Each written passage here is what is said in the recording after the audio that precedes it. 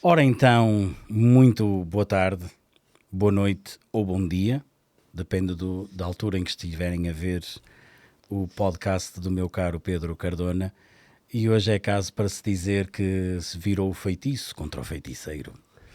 E hoje o entrevistado será o meu grande amigo Pedro Cardona. Pedro, muito boa tarde. Boa tarde, obrigado. É muito estranho estar nesta posição, nesta cadeira, deste lado. É a primeira vez que estou a ser entrevistado diretamente. Já fiz algum documentário, alguma reportagem, mas assim, estar nesta posição, posso-te garantir que é assim um bocadinho...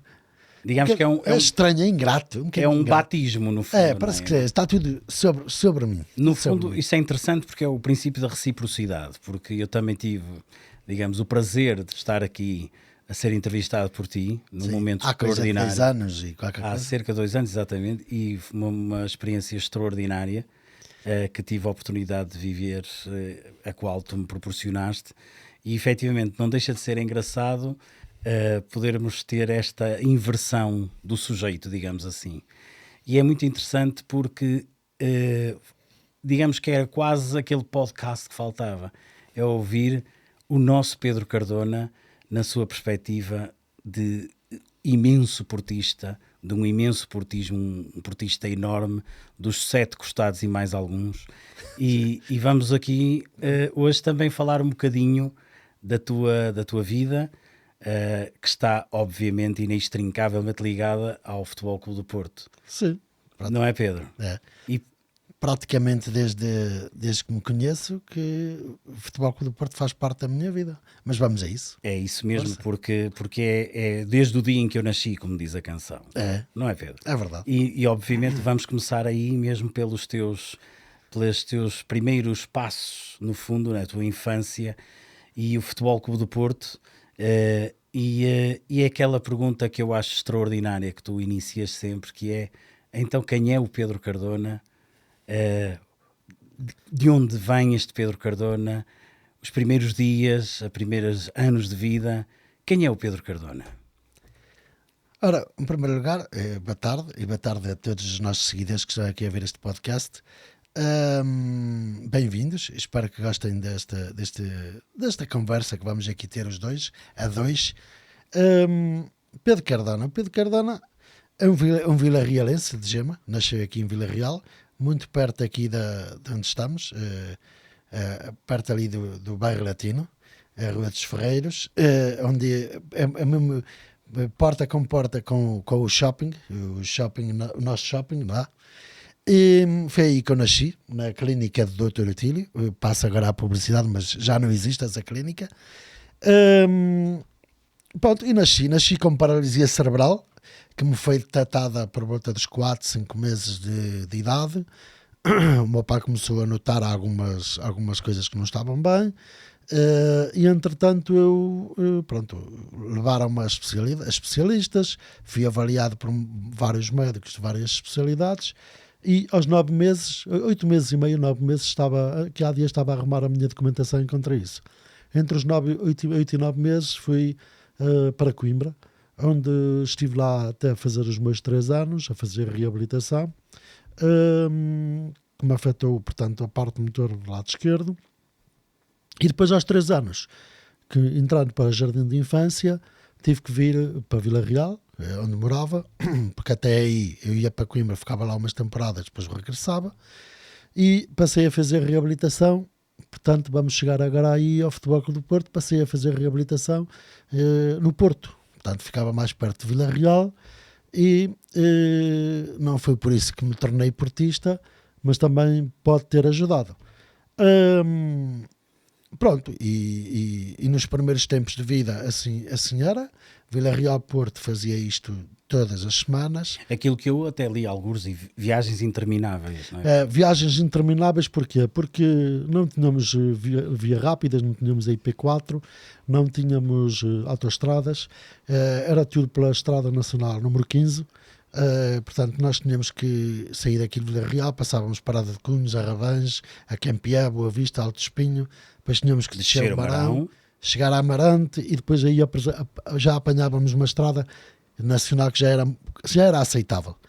Mas na altura uma viagem ao Porto... Pois é, isso que eu ia perguntar. Estamos a falar de quantas horas, Pedro? Sim, portanto, o que eu ia dizer, uma viagem que normalmente demoraria hora e meia, hora e 45, eu demorava 3, 4 horas.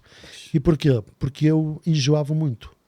E por mais que tentasse arranjar todos os meus pais, eu era miúdo, arranjassem todos os estratagemas para evitar isso, era impossível. Eu vomitava muito, enjoava, e portanto, semanalmente nisto, além de cansativo, tornou-se penoso. Sim. E uma das coisas que me agradava é ir ao Porto, na altura, porque o meu pai nos primeiros tempos ia comigo, mas depois, por causa da sua profissão, começou a ser apertado na banca com direitos, para não ir comigo, passou a ir a minha mãe, e aí começou a ser mais difícil porque a minha mãe não conduzia. Tempos difíceis. E torna-se mais difícil, pois no Porto tinha que andar de transportes públicos, e a coisa foi assim um bocadinho difícil. Mas sempre que ia com o meu pai fazia sempre questão de me fazer duas coisas, que era satisfazer-me em duas situações. Primeiro, eu comprava daqueles carrinhos, não sei se te lembras, aqueles carrinhos de ferro, pequeninos. Eu tinha uma catrafada, uma caixa enorme deles. Uma coleção. Era uma coleção enorme. Podemos dizer então que está aí a gênese do teu colecionismo, que vamos falar daqui mais. Sim, não fiz colecionismo de carros, mas podia-se dizer que era um colecionismo. Porque eu tinha centenas, não eram dezenas, centenas de carros. Eu todas as semanas comprava pelo menos um carrinho desses. E a outra era levar-me às Antas. Extraordinário. Não para jogos, porque eu ia à quinta-feira com o meu pai de manhã e só vinha sexta-feira ao fim do dia. Eu tinha reabilitação quinta-feira da parte da tarde e sexta-feira de manhã. Portanto, depois do almoço, porque a gente ficava lá em casa de uns primos, depois do almoço a gente vinha para Vila Real, porque era para estarmos aqui. O Porto jogava ao fim de semana, normalmente aos domingos. Portanto, não ficava lá. Por isso é que eu nunca ia aos jogos. Nunca ia aos jogos, e isto foi até... Portanto, eu estive até aos 8 anos a fazer reabilitação lá. E depois voltei a Coimbra para ser operado, para melhorar a minha condição física, e a partir daí fui sempre acompanhado em Coimbra, porque já não tinha dito tanto à reabilitação, era mais um acompanhamento. Portanto, e eu estive sempre mais ligado a Coimbra do que ao Porto. Para isto foi. Em relação ao Porto... Mas ver as Antas, Pedro, era para ti, digamos, uma espécie de catarse. Era. Perante toda aquela passagem, aquela viagem enorme. Sabias que tinhas ali a tua compensação, é isso? Era uma grande compensação, porque eu sentia-me nas 7 quintas. Eu, inclusive, há uma foto que eu tenho com sobretudo pequenino aí, com uns 4, 5 anos, em frente ao estádio, à frontaria do Estádio das Antas. Que era bonita, aquela entrada extraordinária. Não tinha não tinha a torre, não tinha nada, aquilo era mas tudo. Tinha assim o símbolo de dizer futebol do Porto. E eu tenho aí essa fotografia, e até ao momento não sei onde é que está essa fotografia. E ando à procura dela há muito tempo. O meu pai deve ter guardado em algum sítio. Já não vejo essa fotografia há muito tempo. Mas, como compensação, sim. E também, uma outra vez, consegui ver um treino no campo número 2, com o Hugo esteve aqui há uma semana a falar sobre o campo número 2 das Antas, e consegui ver um ou outro treino. Tenho assim uma memória muito vaga. E estamos também, a falar, Pedro, em que época? 79, 78, 79. Portanto, estamos ali a falar naquele grande Porto campeão no tempo de Pedroto. Do tempo de Pedroto. José Maria Pedroto, que era o treinador, Pinto da Costa, diretor de futebol, mas não tenho, se me perguntares, estaria a mentir se dissesse, não tenho a noção. Sim, mas pronto, foi naquele ano, não é? Naquela época, no pós-campeonato. São memórias muito vagas. O gol do Ademir. São memórias muito vagas. A minha primeira memória, assim, de um jogo, que me lembro de ver um golo, de ter acompanhado, a memória é muito vaga, é o Milão-Porto, na altura Milão, que dizia Milão-Porto, em Milão, que ganhamos lá com um golo do Duda, que eliminamos os italianos. E tu viste esse jogo? Não vi esse jogo. Lembras-te do relato dessa vivência? Lembro-me do relato, uma memória muito vaga, do meu pai estar a ouvir e dizer, eliminamos os italianos. Pois, já. E depois lembro-me também da história que o meu pai me contou, mais tarde, mas também relativa a esse jogo, que uns dias antes, o Mário Wilson, que era a selecionador nacional, decidiu fazer um estágio da Seleção Nacional em Vigo, com um jogo em Espanha, em Vigo, e o Porto, sabendo que o Porto tinha um jogo importantíssimo em Itália, decidiu convocar os jogadores do Porto, dizendo, não, vocês empataram aqui nas Antas, já estáis eliminados, vamos convocar. E o Pedrotta disse não autorizou, e insultou ainda o Mário Wilson, dizendo E com propriedade. não havia palhaços pretos. Foi mais ou menos isto. E com propriedade, muito bem, pois. E aí deu uma celeuma muito grande.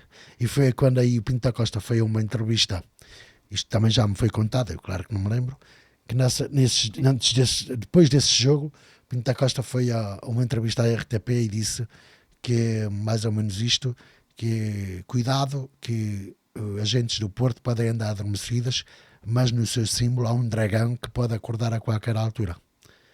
E quando ele disse isto, o Dr. Américo de Sá disse, cuidado, não levanta celemas e tal, porque o Américo de Sá era um deputado na Assembleia da República. Exatamente, ele tinha sempre essa tendência a tentar amenizar, não é? A nossa irreverência, no fundo, que começava a nascer. Depois, o que é que me fez esportista? Olha, o meu pai já cá esteve, também num podcast, na altura, fui eu que estive na conversa com ele. Programa extraordinário.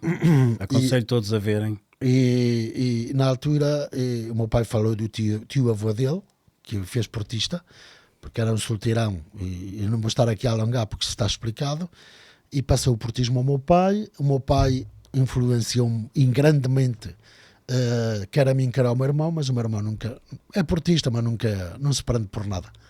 E eu não. Isto foi uma forma de eu também me segurar a algo que eu gostava. Exatamente. Pronto. E uma das grandes frustrações que eu tinha era não poder viver o Porto de perto. Os treinos, os jogos. Eu, uma altura, já tinha, isto avançando só um bocadinho, já teria os meus... Foi depois de ter sido operado aos 8 anos. Foi no pai 9, 10 anos. Eu fui ao Porto e no campo número 2 de treinos ia a passar o diretor do desporto adaptado, que o meu pai conhecia bem. Eu conheço, ele está nos meus contactos do Facebook, que era o Manuel Monteiro, Manuel Monteiro, que agora já lá não está, e convidou-me a integrar a equipa de futebol Clube do Porto Desporto Adaptado. E eu fiquei em pulgas. O meu pai, vamos ver isso e tal, como é que é, não sei o quê. Seria mas sem me dar muito entusiasmo, porque era difícil. Pois, a execuibilidade, não é? Vida real. As viagens e as estradas não eram fáceis, e depois tínhamos que ir treinos, depois jogos. A logística, digamos assim. Mas eu estava em pulgas e eu comecei, mas o meu pai baixou umas expectativas, porque não era viável. Sim, não era viável. Uma visão mais real, mais fria. Não é? Pronto, e uma vez que isso foi um bocadinho outra frustração de não ter conseguido ser atleta do Porto, desporto adaptado, a outra, não poder acompanhar os jogos, nem acompanhar os treinos, como o Hugo aqui esteve a explicar que acompanhava, e então o que é que eu fiz? À distância, em Vila Real, eu criei e arranjei uma forma de estares mais perto do Futebol Clube do Porto. Viver o portismo de outra forma. Aprendi a viver o Porto de outra forma. Daí a rádio. A rádio, o Domingo Desportivo, a começar a colecionar a revistas Dragões quando saíram em 85. Já tinha vários jornais, porque o meu pai comprava jornais do Porto, ainda era jovem e tinha muitos jornais do Porto. Tudo aquilo que tinha a ver com o Porto eu guardava. Depois comprei um equipamento numa loja de desporto, ainda tenho aí a camisola guardada. Portanto, arranjei uma forma de sentir o Porto perto de mim. À distância. De viveres o Porto, isso é extraordinário. Exatamente. E depois a rádio era sobretudo a rádio que me permitia sentir-me um bocadinho do Porto. Eu não perdia um relato do Porto. Eu não me lembro de perder um relato do Porto desde os meus 9 anos de idade. Isso é extraordinário. Não me lembro. E tu tens, portanto, neste caso, Pedro, Gomes Amaro. Gomes Amaro. E talvez ainda antes do Gomes Amaro, é isso? Sim. Mas esporadicamente antes do Gomes Amaro, pouco. Mas não, o Gomes Amaro eu via muito. Que era o quadrante norte. Sim, até mesmo o jogo em Milão foi através do Gomes Amaro. Já era o Gomes Amaro. Já era o Gomes Amaro. Mas também a Antena 1 tinha o Oscar Coelho. Que eu adorava o timbre de voz dele, que era pujante. E havia outro que era o Fernando Maciel. Sim. E eu lembro muito bem que os relatos nas Antas era o Porto com o adversário qualquer, Benfica, Sporting, e um relatava uma o equipa, ataque de uma e depois na segunda parte trocavam. trocava, era muito E eu dinâmico. estava sempre, gostava mais do timbre de voz do Oscar Coelho. E então eu gostava que o Oscar Coelho relatasse o ataque do Porto. E então quando começava o Fernando Marcial, foda-se, acaba lá a primeira parte. Desculpa, acaba lá a primeira parte para ser o Oscar Coelho. Opa, são peculiaridades e pormenores que eu não me esqueço disso. Isso é extraordinário. E é aí que tu, eventualmente, também terás encontrado essa paixão pelos mídia, por toda esta coisa que temos aqui à nossa volta, que é extraordinário, não é? Essa história tem... Como é que isto surgiu? Uma altura, eu não tinha vídeo. Os vídeos na altura eram caríssimos. Eu lembro-me que em 1985 havia um colega do meu pai Que era os beta. O beta. Antes, não, havia o beta que apareceu em 82 e 83. E depois os VHS surgem. Não, surgiram os dois ao mesmo tempo. Só que os beta tentaram ganhar a primazia no mercado. Só que depois não venceu. Pois, porque havia depois menos cassetes à venda. O consumismo optou pelo VHS. E o VHS ficou, o beta desapareceu. Exatamente. Mas em 1985, por aí, 85, 86, havia um colega do meu pai que tinha comprado um vídeo e disse lá, comprei um vídeo e tal, não sei o quê. Quanto é que custou isso? Na altura eram 100 contos. Eram caríssimos. 100 contos. Quando falas desses relatos, foi aí que realmente o interesse pelos mídia, pelo som, pelo áudio, eventualmente também pela imagem, que te começou a despertar, realmente a explotar em ti um interesse diferente. Dos vídeos não começou comigo, nem sequer me lembrava disso. Eu gostava, era ouvir os relatos ao domingo, que o meu pai dizia assim, olha, vamos tomar café. E vens connosco, vai dar o Porto, ficas no carro a ouvir, enquanto a gente toma... Depois damos uma volta pela cidade. Era às 3 da tarde, não é? Às 3. Os joguinhos no inverno, não é? Às 3 da tarde. Sim, depois me dava a hora, era 4 e 5. Mas depois a gente dava uma volta de carro e saíamos para casa, a ouvir o relato, saíamos para casa quando o jogo acabasse. Pronto. E depois ficava com aquela ansiedade de chegar às 10, 10 e meia, 11 do Domingo Desportivo, para ver os golos do Domingo Desportivo. Porque às vezes o telejornal, à noite, dava as notícias e só dava às vezes o resumo de um jogo. De um gol, ou o jogo da jornada, ou o jogo do Benfica ou do Sporting, que o Porto era raro acontecer. Pois. É o centralismo, não é, deste país, que dá sempre primazia aos lá de baixo. Mas eu ficava até ao Domingo Desportivo para esperar. E como é que foi o golo e tal? Às vezes dizia um grande golo, grande vitória com um grande golo. Porque isso era muito interessante, Pedro. A mim acontecia-me eventualmente a mesma coisa, que é, tu estás a ouvir o relato, tu imaginas o golo, é como quando estamos a ler um livro, não é? Tu imaginas o golo e depois tu queres realmente confirmar se foi ou não como... E às vezes criávamos expectativas mais altas, que afinal não foi tanto. Não foi assim um grande golo. E às vezes afinal foi, não sei o quê. Pronto. Mas eu era o único dia da semana, porque era fim de semana, mas no dia a seguir era dia de escola, não é? E era o único dia da semana que o meu pai me deixava ficar até ao fim da emissão. Mais tarde, até mais tarde. Ver-me Domingo Esportivo. Nos outros dias, 10 horas, cama. Pronto, isto para dizer que em 1985 um colega do meu pai comprou um vídeo, mas eram 500 euros, na altura 100 contos. Pois que na altura valiam muito, era mais... Meu pai, isso é um absurdo, não sei o que e tal. Para quê? Para andar a brincar às gravações e tal. É engraçado e tal, uma pessoa pode guardar umas coisas engraçadas, pode guardar coisas para ver mais tarde. Não, isso, pronto. Passou um ano, passou 2, aquilo baixou um bocadinho, mas não foi nada especial. O meu pai comprou um que eram 400 euros, 80 contos, não é? Depois que havia uns que era 2 cabeças, havia tinha 4. A de 4 cabeças. Era um National, National da Panasonic. Sim. E então o meu pai começou a experimentar, na altura. Ainda me lembro quando foi comprado. Foi em 87, depois de termos sido campeões europeus. O meu pai quis muito o jogo para guardar, e então havia uma colega da minha mãe que já tinha um vídeo também e tinha gravado o jogo. E o jogo em direto ele gravou, mas depois, uns dias depois, deu o jogo em diferido na RTP. Os comentários já não eram em diferido, eram comentários dos mesmos jornalistas, o Ribeiro Cristóvão E o Miguel Prato. Miguel Prates, mas já a comentar como é que o jogo tinha acontecido. Pronto. O certo é que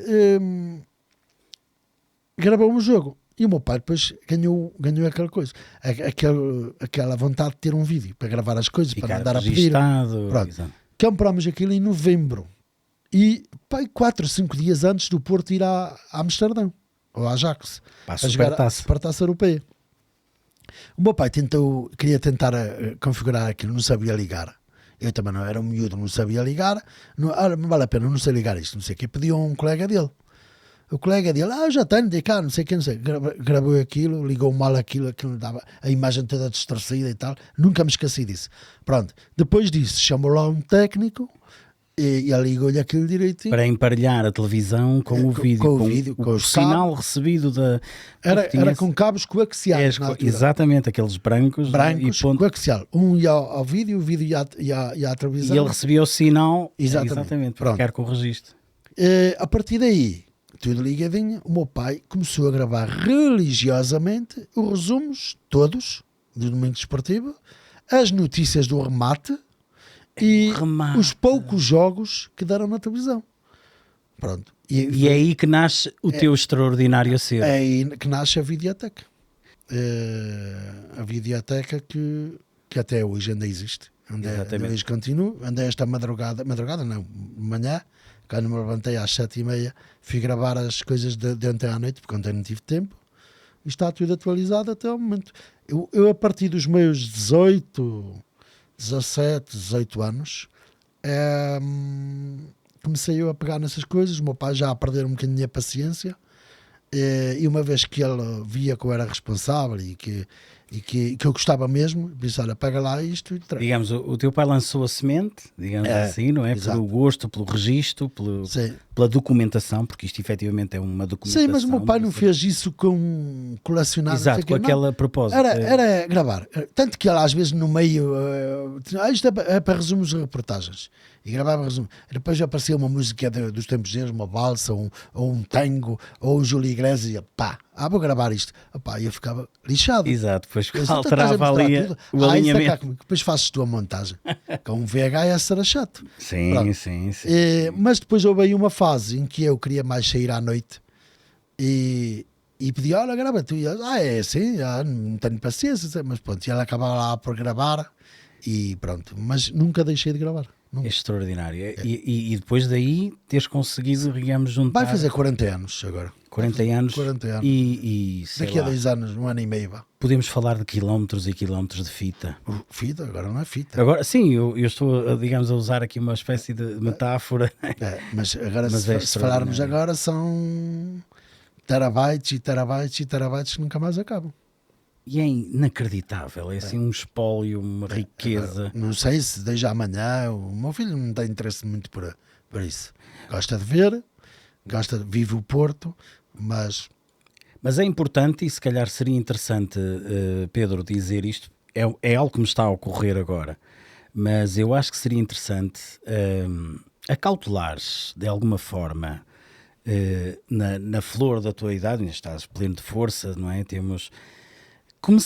Começarmos a tentar, e começaste a tentar, portanto, ver até que ponto seria possível tu conseguires institucionalizar para a memória futura, aqui em Vila Real ou no outro local, em que alguém interessado neste acervo extraordinário que tu tens, e termos assim uma espécie de um espaço Pedro Cardona, não é? O Museu da Malha Azul e Branca, por exemplo, onde pudesses, digamos, disponibilizar essa tua videoteca, não é?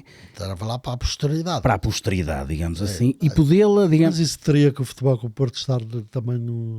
Mas eu acho que seria interessantíssimo. Sim, seria interessantíssimo. Um protocolo com o clube e tudo, porque assim também não podes...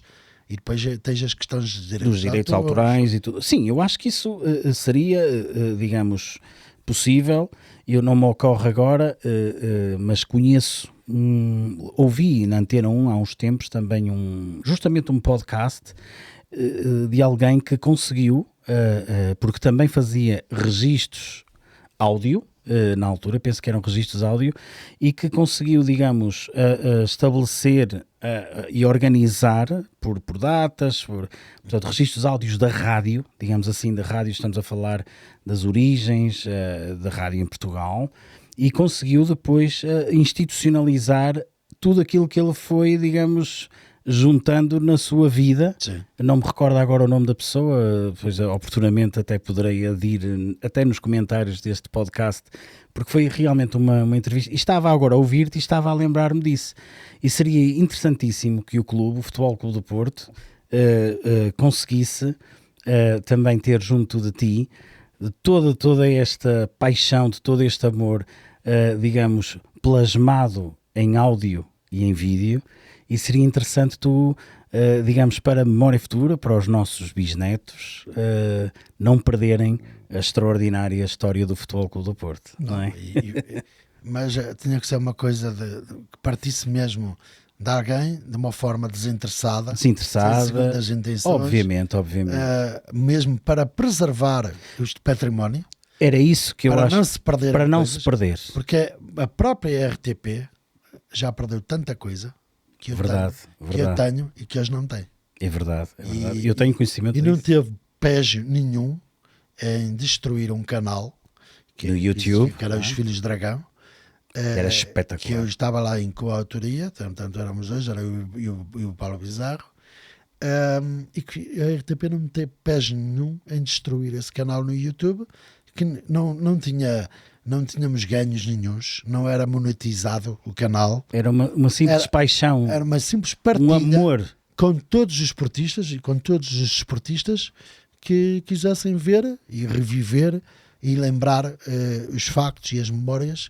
E os golos e tudo. Há coisas interessantíssimas, coisas que... Entrevistas. Há pessoas que nunca viram o que lá estava, há outras que nunca na altura não conseguiram ver e já passaram a ver através do canal, e havia pessoas que já não se lembravam e diziam realmente não sei o quê. Pronto. E eu sou uma delas. Pronto. E consumi muito. Foi pena, mas se na própria RTP lhe interessa manter isto. Mas é preciso mudar estas mentalidades. Porque ali tu tinhas a verdadeira... Mas é muito triste porque a RTP não andou a destruir canais afetos ao Benfica, ao Sporting, ao Belenenses, que autores desses canais mandaram e-mails a manifestar a solidariedade para connosco, a dizer que tinha sido uma sacanice o que a RTP fez, porque com eles nos atacou. É que realmente não dá para entender, porque o que estava ali era realmente uma verdadeira enciclopédia do ludopédio do Futebol Clube do Porto. Era. E não sei porque é que, por carga d'água, é que alguém decidiu a extinguir. E já eram 10 anos de partilha, penso eu, de muito trabalho, de muita devoção, muita edição, dedicação, muita preservação. Preservar aquele acervo todo era muito complicado, e ainda tínhamos muita coisa para partilhar, e depois ao mesmo tempo estavam a chegar coisas inéditas. Pois. Eu lembro-me que penso que foi no último ano em que estivemos a partilhar, eu recebi de um sujeito que é espanhol até, disse: tenho aqui um jogo Colónia-Porto de 77-78 da Taça das Taças, completo e com uma qualidade absurda. Extraordinário. E eu disse: que estás interessado? Estou, comprei-o, porque ninguém dá nada a ninguém. Claro. Comprei-o, e as pessoas aqui que acompanham, eu recebo muitas vezes contactos. Ainda há 2 dias recebi olha, eu estou interessado nos jogos de 1994, 95, podes facultar e tal. Até admito, contribuo com uma compensação financeira. Eu disse: tudo bem. E eu disse: são 50 euros por jogo. Era mesmo para não fazer a coisa. Claro. E eles: isso aí não tem valor nenhum, é só o valor sentimental, não sei o quê. Ok, não respondi. Então porque é que eles estavam a pedir, não é? Isso realmente... Eu não vou negociar aquilo, é evidente que não, mas é assim, as pessoas não têm a noção do que é que custa manter um acervo destes há 40 anos. As pessoas não fazem São ideia. Gravadores que têm que se comprar a toda a hora, porque variam, tudo tem o seu fim. O seu início, meio e fim. Exatamente. Tem a sua duração, os materiais que é necessário são cabos, é o tempo que se gasta, é regravar outra vez porque aquele formato já não existe e está a desgastar. As cassetes VHS é muito difícil manterem-se também. Um DVD basta um risco, acabou, e portanto passar tudo para o digital torna-se difícil. Guardar em discos externos é muito grave, é um grande risco. Porquê? Porque o disco estraga-se e perdes terabytes daquilo, não é? Exato, acaba. Portanto, onde vais pôr? Numa nuvem custa muito dinheiro colossal. Portanto, as pessoas não têm a noção do que estão a dizer. E portanto, em relação ao jogo do Colónia Porto, eu disse, pá, comprei o jogo por 10 euros. E ele disse, são 10 euros. Pá, eu disse, pronto, ok.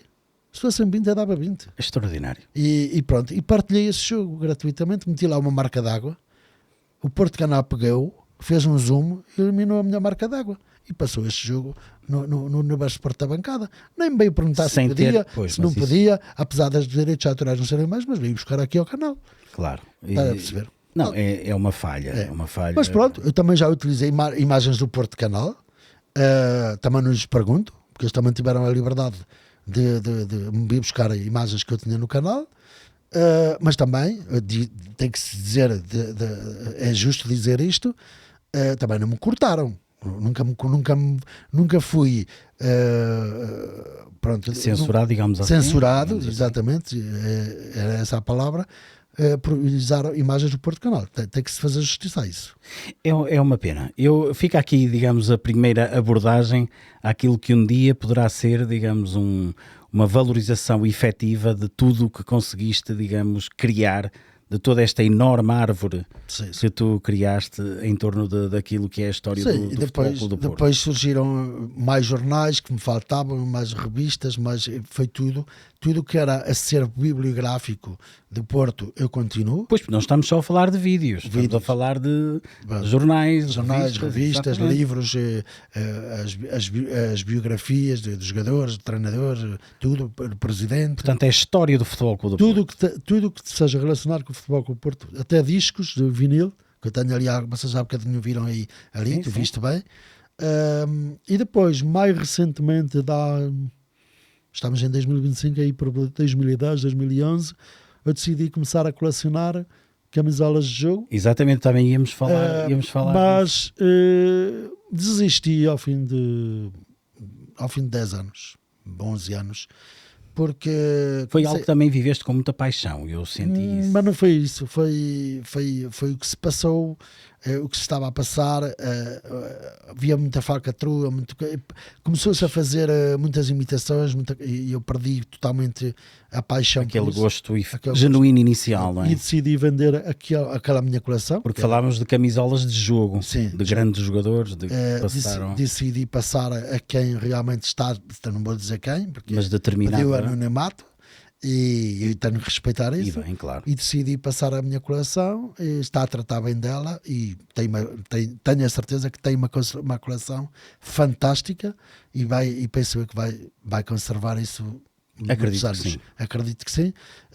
E eu preferi investir nos audiovisuais, como disseste há bocadinho, porque esta paixão pelos audiovisuais nasceu ainda nos tempos da universidade.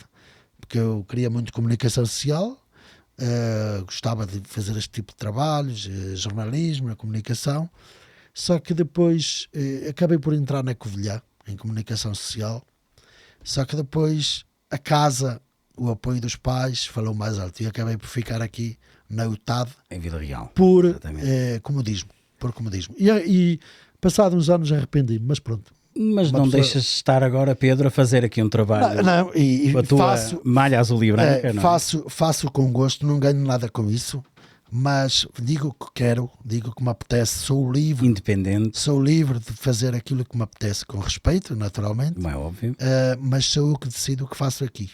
Isso também é importante. E está há 5 anos a produzir conteúdos neste canal. Tenho-te a ti como colaborador e como um elemento muito válido neste canal. Obrigado, meu tenho outros elementos, como tu sabes, e que fazem parte da tua equipa. Tenho elementos que temos outras equipas a trabalhar connosco. E isto dá-me um prazer. E com uma live que está a ganhar cada vez mais live está a ganhar sucesso. um impacto muito bom nos mídias digitais, Panorama nas redes nacional. sociais, e está a impor-se e já deu para perceber que o canal chega a gente relevante Exatamente. no mundo do desporto e do futebol. E tudo de uma forma graciosa e crescida sustentadamente. E não é? desinteressada, E desinteressada. tudo por paixão. Que isso é que é o mais bonito em tudo isto, não é? Exatamente. A vivência. Exatamente. Voltando, Pedro, em relação, portanto, o colecionismo, e tudo ainda ganha mais beleza quando um dia tu conheces os campeões europeus. Queres falar um bocadinho sobre isso? Vamos, os futuros campeões Os europeus. futuros campeões Na altura, europeus. futuros. Porque Foi ali um bocadinho antes, não é? foi. Exatamente. Eu passava muitas vezes, durante vários anos, passei férias, com licença,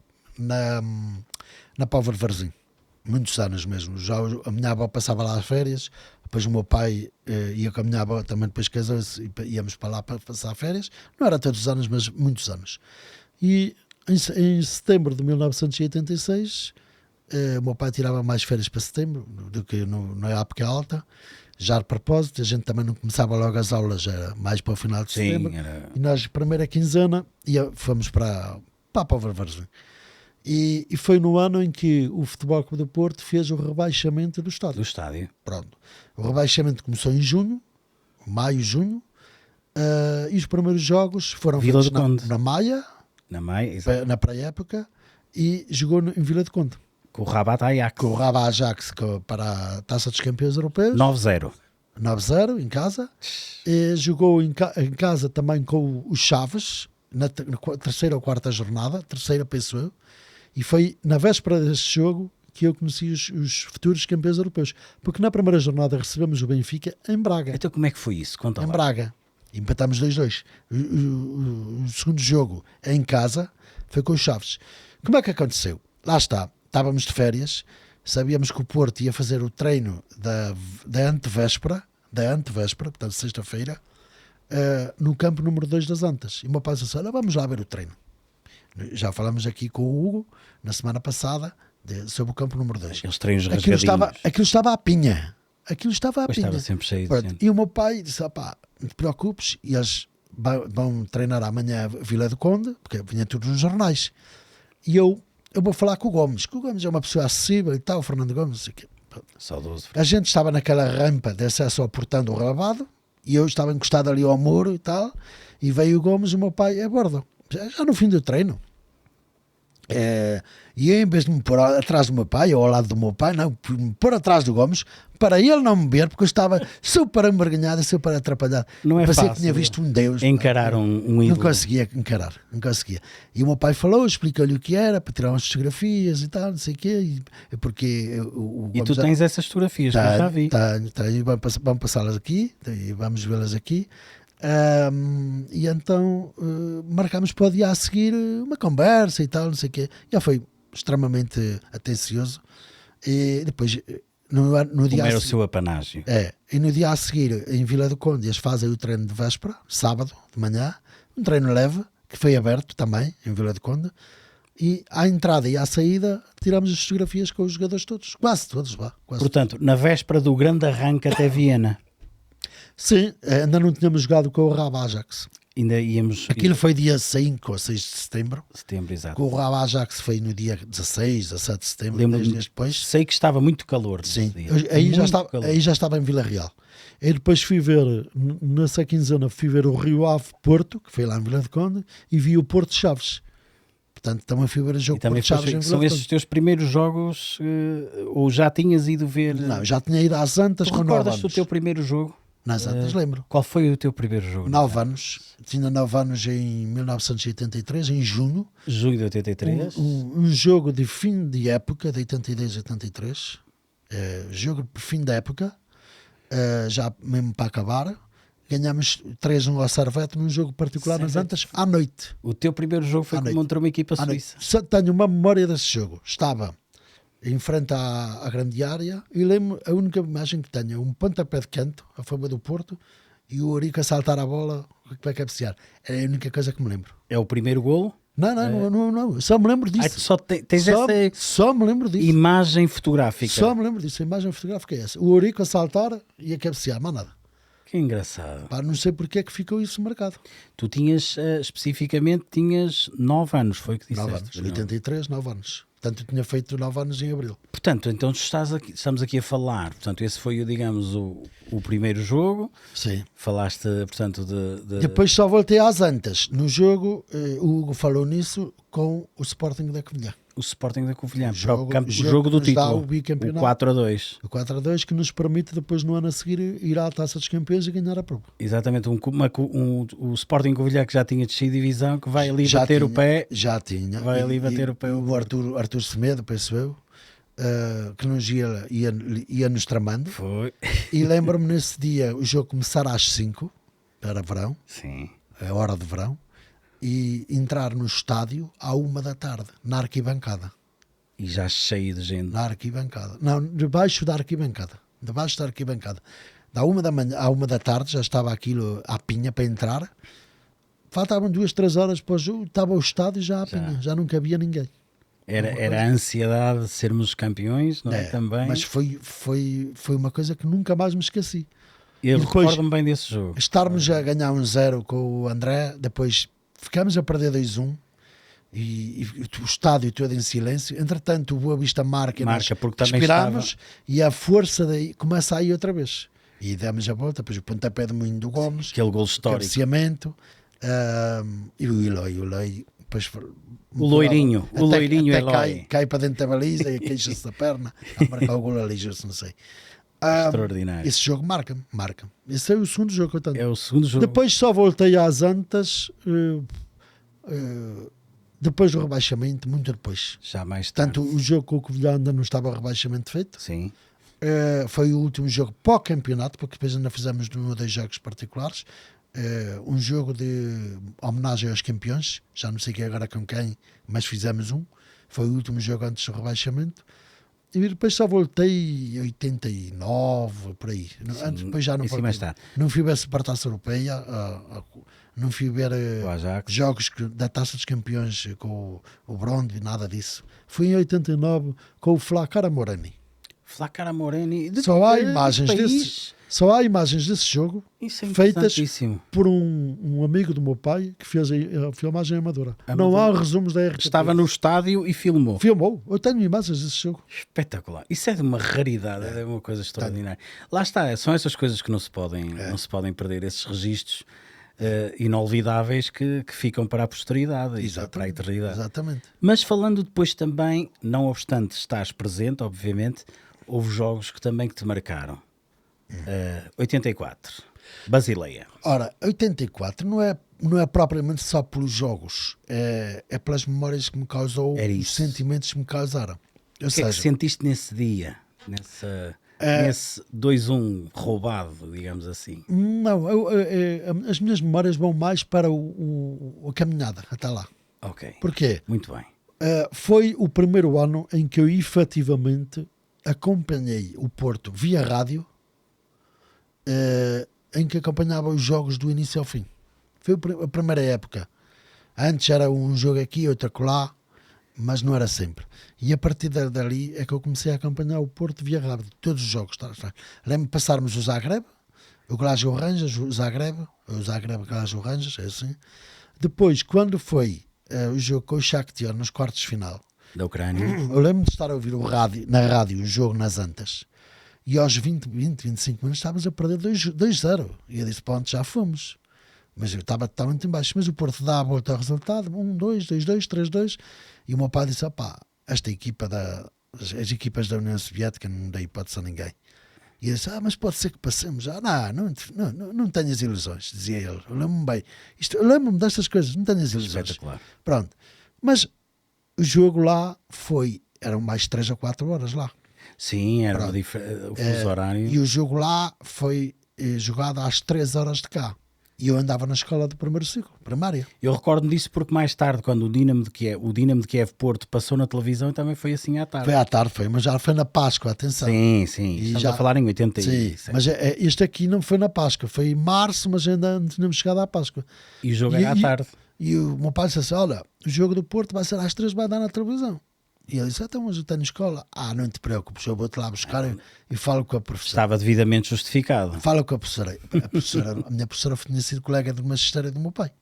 Muito e ele bem. disse, olha, o meu filho vai ver o jogo. Não há problema e tal, é só um dia. Então, também É para estar motivado, para estudar mais para o dia seguinte. E eu então entrava à 1, às 2h30 fomos lá buscar. Espetacular. Fomos lá buscar e estive a ver o jogo, nunca me esqueci. Isso são coisas que não esqueces. Estivemos a perder, mas passamos. Foi uma alegria. E depois, nessa noite, aqui em Lordelo, havia um café que tinha parabólica. E ia dar num canal estrangeiro em inglês, a Sky, não sei o quê, Sky Sports, ou uma coisa, ia dar o Benfica Liverpool para os quartos de final. Espetacular. E o meu pai disse assim, olha, queres vir? Vamos lá ver o Benfica? E eu disse, para quê? Vamos vermos para perder. Para ver se eles perdem. Se não perder, vamos a Inglaterra. E eles, vamos lá ver. Eu estava tão inchado de estarmos nas meias finais da Taça das Taças, que eu fui para lá e diverti-me tanto a ver o Benfica apanhar 4 em casa. Que maravilha. Quando o Bento, o guarda-redes Bento, a ir até ao meio campo com a bola, a perder e o Benfica a mamar golos. Que maravilha. Estas são as memórias que eu tenho. Sabes que nós aqui no Porto é assim, o adversário do Benfica never walk alone. Seja o Liverpool ou outro qualquer. Estamos sempre... Mas essas memórias ficam, sabes? Fora a extra-jogo, mas estar a dizer este jogo, não sei o quê, é eu como me lembro. E sair de lá e dizer, estamos nas meias finais e o Benfica já está eliminada. Isso fazia-nos sentir... E depois, quando veio o Aberdeen, o jogo cá era para não ser transmitido. O meu pai foi lá a ver, porque um vizinho nosso arranjou-lhe um bilhete e em cima da hora o jogo é transmitido. Até eu me lembro que foi a minha mãe disse, olha, o Porto vai dar na televisão. Exatamente. E o meu pai só soube, depois não havia telefones, não havia telemóveis. Por norma, esses jogos até passavam no Canal 2, não era? Não, isto era na Canal 1 mesmo. Canal 1. E eu lembro-me que ganhámos um 0K, não é? E depois o jogo lá já se sabia que ia ser transmitido, já muito antes. E aí eu estava no Algarve. E aí o golo do vermelhinho no Veiro. Um golo inesquecível também. E depois, na final, quando perdemos com o Sr. Procópio, fomos vigarizados, fomos roubados. Aquilo foi uma vergonha. O meu pai disse, o Porto agora tem aqui uma base que lhe vai permitir ganhar jogos no próximo ano 3, 4, 5, 0 a jogar assim, ninguém vai ver. E o teu pai estava a ler bem, porque realmente foi ali a transição. Foi a transição. Nós de azul, ganhamos, eles de amarelo. E nós ganhamos o campeonato a seguir, só com uma derrota no Bessa. Exatamente. Ganhamos e depois fomos campeões com coisa e depois fomos campeões europeus. Foi ali, penso que ali foi aquela base. Clique. Que o Pedro trouxe em 82, 83. Pedro, posso-te fazer uma pergunta? Sim. És daqueles esportistas que consideram que se nessa final, independentemente de termos sido vilipendiados pela arbitragem, és daquelas pessoas que defende que, com todo o respeito ao Moraes, mas se tivesse o Pedroto no lugar de Moraes, nós trazíamos até? Acho que sim. Sabes porquê? Diz-me. Não é só pela qualidade... A presença, era a presença. Não é só pela qualidade técnica do Pedroto, era a presença e não só. Repara, e não sei se sabes isto, mas isto é público e ex-jogadores já falaram nisso, já veio inscrito em livros, em revistas, em jornais da altura. Quando o Porto está em estágio na Suíça, em Basileia, na noite anterior ao jogo, há um casamento enorme no hotel onde o Porto está hospedado. Mas lá estão os tais vicissitudes. O Porto tinha que estar no hotel concentradíssimo, sem mais ninguém. Era um hotel exclusivo. A cautelar. Os jogadores, penso que não parou por aqui, os jogadores, na véspera do jogo, andavam a assinar contratos de publicidade com marcas chuteiras e de equipamentos. Sim. Portanto, em vez de estar concentrados para o jogo, estavam concentrados, estavam preocupados com os dinheiros e com isto. Até porque há Com uma o Pedroto particularidade. presente, o Pinta Costa na altura, se calhar não tinha essa visão, mas com o Pedroto isso não teria acontecido. Não teria permitido. Quarto. Hoje não, Acabou. descansar. Sabe? Porque há uma particularidade Portanto, muito... eu penso que, eu acho que quando o Porto vai a Basileia, para os jogadores o trabalho estava feito. Tudo o que viesse era o lucro. Eu acho que o Porto não encarou o jogo, disse assim, não, vamos lá ganhar, não. Eu acho que chegar à final foi um feito. Mas E foi esse uma potencial. bandeira do presidente Pinto da Costa há 10 anos que vinha lá no programa dele. Sim. Chegar a uma final europeia. Toda a gente criticou, dizer, isso é demasiado Isso é ambicioso. sonhar muito. Mas 10 anos depois estávamos numa final. Concretizam. Mas eu acho que aí foi uma mentalidade de dizer assim, está feito. Se ganharmos porreiro, se não ganharmos está feito. Não. Foi o tal conformismo. Mas penso que sim, que se o Pedroto estivesse lá, penso que... E já agora, Pedro, há uma curiosidade. Eu tenho sempre esta e tu sabes isso melhor do que ninguém, portanto vais-me esclarecer. Há uma particularidade com a camisola do Fernando Gomes, em que ele joga, e diz-me se é na primeira parte ou na segunda parte que ele joga de manga comprida. Conta-me essa história. Parte. É na segunda parte. Na primeira parte, ele joga... É uma camisola lindíssima. E ele é o único que joga com camisola de manga comprida. No jogo todo. No jogo todo, os 13 jogadores, ou melhor, os 10 e 12 jogadores de campo que jogaram com aquela camisola azul, todos jogaram com a camisola de manga curta, exceto o Gomes, que na segunda parte jogou de manga comprida. E a camisola de manga comprida tem um emblema significativamente diferente da camisola de manga curta. E esse pormenor, e voltando aqui rapidamente à questão, tu conseguias, digamos, beber isso por causa da visualização das tuas gravações, do vídeo, era isso que te permitia depois também conseguires ver, aprimorar esses pormenores, no fundo. Sabes que nos vídeos, esses pormenorzinhos de emblemas, não é? Às vezes é difícil. Pois. É muito difícil, às vezes uma pessoa está a pensar que e não é. Portanto, isso é fruto também de um estudo que tu fazes, não é? Agora, as camisolas assim, em geral, sim. Dá para perceber isso, que muitas vezes... te vais buscar a revistas com grande qualidade. Sim. Mas na altura as revistas não mostravam pormenores que hoje mostram. Hoje tu apanhas um mosquito que está a pousar no ombro. Sim. Na altura não é? Mas ajuda muito. E o acervo que eu tenho ajudou muito na coleção. Pois, porque quando tu dizes com essa propriedade esse pormenor, porque são pormenores de um jogo específico, não é? É muito, muito interessante podermos sempre contar, acrescentar, adir algo mais a um jogo que ficou marcado para todos nós, não é? Na história. Sim, sem dúvida. Muito bem. E depois, Pedro, vamos avançar para 87. Memórias da Valsa de Viena.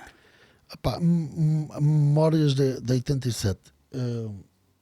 Marca muito antes porque as pessoas têm a dizer Viena 87, isto, aquilo, é assim, marca muito a lesão do Gomes 10 dias antes da final. Eu confesso que pensei, foi aqui que o Gomes não vai jogar. Pensaste porque assim? Parte a perna num treino, portanto o pé fica preso quando vai arrematar a baliza. Aquilo era o número 2 que tem uma enlameado, ele prendeu a chuteira, parte a perna. Depois o Lima Pereira também parte a perna no jogo com o Sporting para a Taça de Portugal, em que somos eliminados. Nesse ano, nesse jogo, temos a segunda derrota em jogos oficiais nas Antas, desde 1980. Impressionante. Então quer dizer, estávamos... Só tínhamos perdido em 81 com o Grasshoppers, penso eu. De Zurique, exatamente. Sim, na casa. E depois fomos perder o segundo jogo oficial em todas as provas. Então em 87 com o Sporting. Tivemos 7 anos. Era muito difícil ganhar nas Antas. Impressionante. Muito difícil. Sim. E o Lima para parte e ficámos sem 2 jogadores. Mas o que me marcou foi o Gomes. Eu disse, não vou ver o Gomes em Viena. Porque o Gomes tinha-nos dar o gol em Kiev. Em Kiev foi decisivo. E estava numa grande forma. Estava numa grande forma. Muito. E era titularíssimo. E, portanto, ficamos com receio. Isso marcou-me. A vitória em Viena, claro que marcou. Lembro-me de sair à rua. Vila Real, o Mendes sabe perfeitamente. Não é verdade? Vila Real entupiu o trânsito, não se andava. Parou tudo. A cidade era pequena, as vias também não eram muitas. 27 de ficou maio tudo parado de na cidade. Nas filas de trânsito ninguém avançava. Tóquio marca muito porque deito-me às 10 da noite num sábado para ir dormir umas horinhas, acordam-me às 3 da manhã para ir ver o jogo, e a minha mãe disse, acorda, o Porto já está a transmitir, mas me parece que não vai haver jogo. E eu, porquê? Eu estou lixado já. Está a nevar. Está um nevão, não vai haver jogo. Bem, o jogo começa. Pronto, começa. Tu fazias como eu estava sempre a lavar a cara para não adormecer. Não. Eu estavas desperto ali. logo. Eu desperto logo. E eram 6 da manhã, praticamente, quando acabou, porque passaram os prolongamentos, não sei o quê, aquela coisa, depois houve aquelas paragens. E aquele barulho, há um barulho. O barulho, é o vento. Durante toda a transmissão, parecíamos que estávamos ali a ouvir parecia um carro a buzinar. Era. Tens essa memória auditiva. Tenho. Extraordinária. E ouve-se na câmara, na televisão. Sim. E como nós, em maio, fomos para a caravana, por causa de Viena, viram-me para o meu pai, vamos para a caravana agora, às 6 da manhã. E eu, vamos a dormir, pá. Vai descansar, que amanhã... É aqui para a caravana, às 6 da manhã. Pronto. O que é que me marcou mais? Tens a Supertaça Europeia. Pá, a Supertaça Europeia... No fundo já era a consagração de ganhar tudo, não é? E depois eu ouvi, o número 1. Ouvi o jogo. O Supertaça Europeia tem aqui uma coisa que me lembro bem, que é o jogo não foi transmitido, o de cá, o de lá sim, o de cá não. O das Antas. Mas eu já sabia que ia ser transmitido em diferido na TV. E nós aqui na altura, os bombeiros daqui de Vila Real, o Mendes também sabe disso, captavam a televisão tinham uma antena potente que captava o sinal da TV espanhola. Estamos aqui a 60 km de Espanha. Só que mais tarde tiveram que retirar essa antena porque era ilegal buscar o sinal. Não podias fazer isso. Mas durante uns anos tivemos. E então o meu pai grava o jogo, tenho o jogo gravado na TV com comentários em direto. Porque eles fizeram os comentários em direto e depois passaram o jogo em diferido. Isso é espetacular. Eu um dia vamos combinar aí uma tarde para ver esse joguinho. Bebemos uma cervejola, mandar tremoços, mas temos que ver esse jogo. Realmente não vi esse jogo. Portanto, ouvi o relato. Ouço no rádio e depois lá está outro dia que eu me dei, outra noite em que eu vou para a cama tarde, porque o jogo acabou 11h30 por aí. Mas às 9h30, 11h30, e estive até 1h30, 2 da manhã a ver o jogo. Espetacular. Pronto. E a viver ali. Agora assim, coisas aí tal, marcou aqui. Eu gosto mais de me lembrar de memórias minhas, percebes? Porque portanto, daí... A forma como eu vivia o portismo, eu depois ia inchado para a cama a dormir, eu andava inchado na rua. Era adrenalina. E depois, aliás, aquela adrenalina que nós sentimos ainda quando chegamos do estádio. Porque depois custa adormecer. Quando estamos E depois estava numa cidade em que havia poucos sportistas. Pois. Havia muito sportinguista. Nesta cidade havia muito sportinguista. Sim, porque aqui em Trás-os-Montes é diferente. Havia muito benfiquista, mas portistas éramos Era poucos. Uma raridade. E quando chegava à escola inchado, não sei o quê e tal, e todos... O Porto. O Porto, não é? O nosso Porto. E não gostavam e tal, porque começavam a ver o nosso crescimento. O nosso ego a crescer. Agora, hoje em dia, não. Vila Real tem muito portista. Muito portista. E bem, e espero que continue a ter cada vez mais, não é? Sim. Cada vez mais. Isto depois traz-nos também, Pedro, para um feito inigualável, o pentacampeonato. O que é que me tens a dizer sobre o Penta?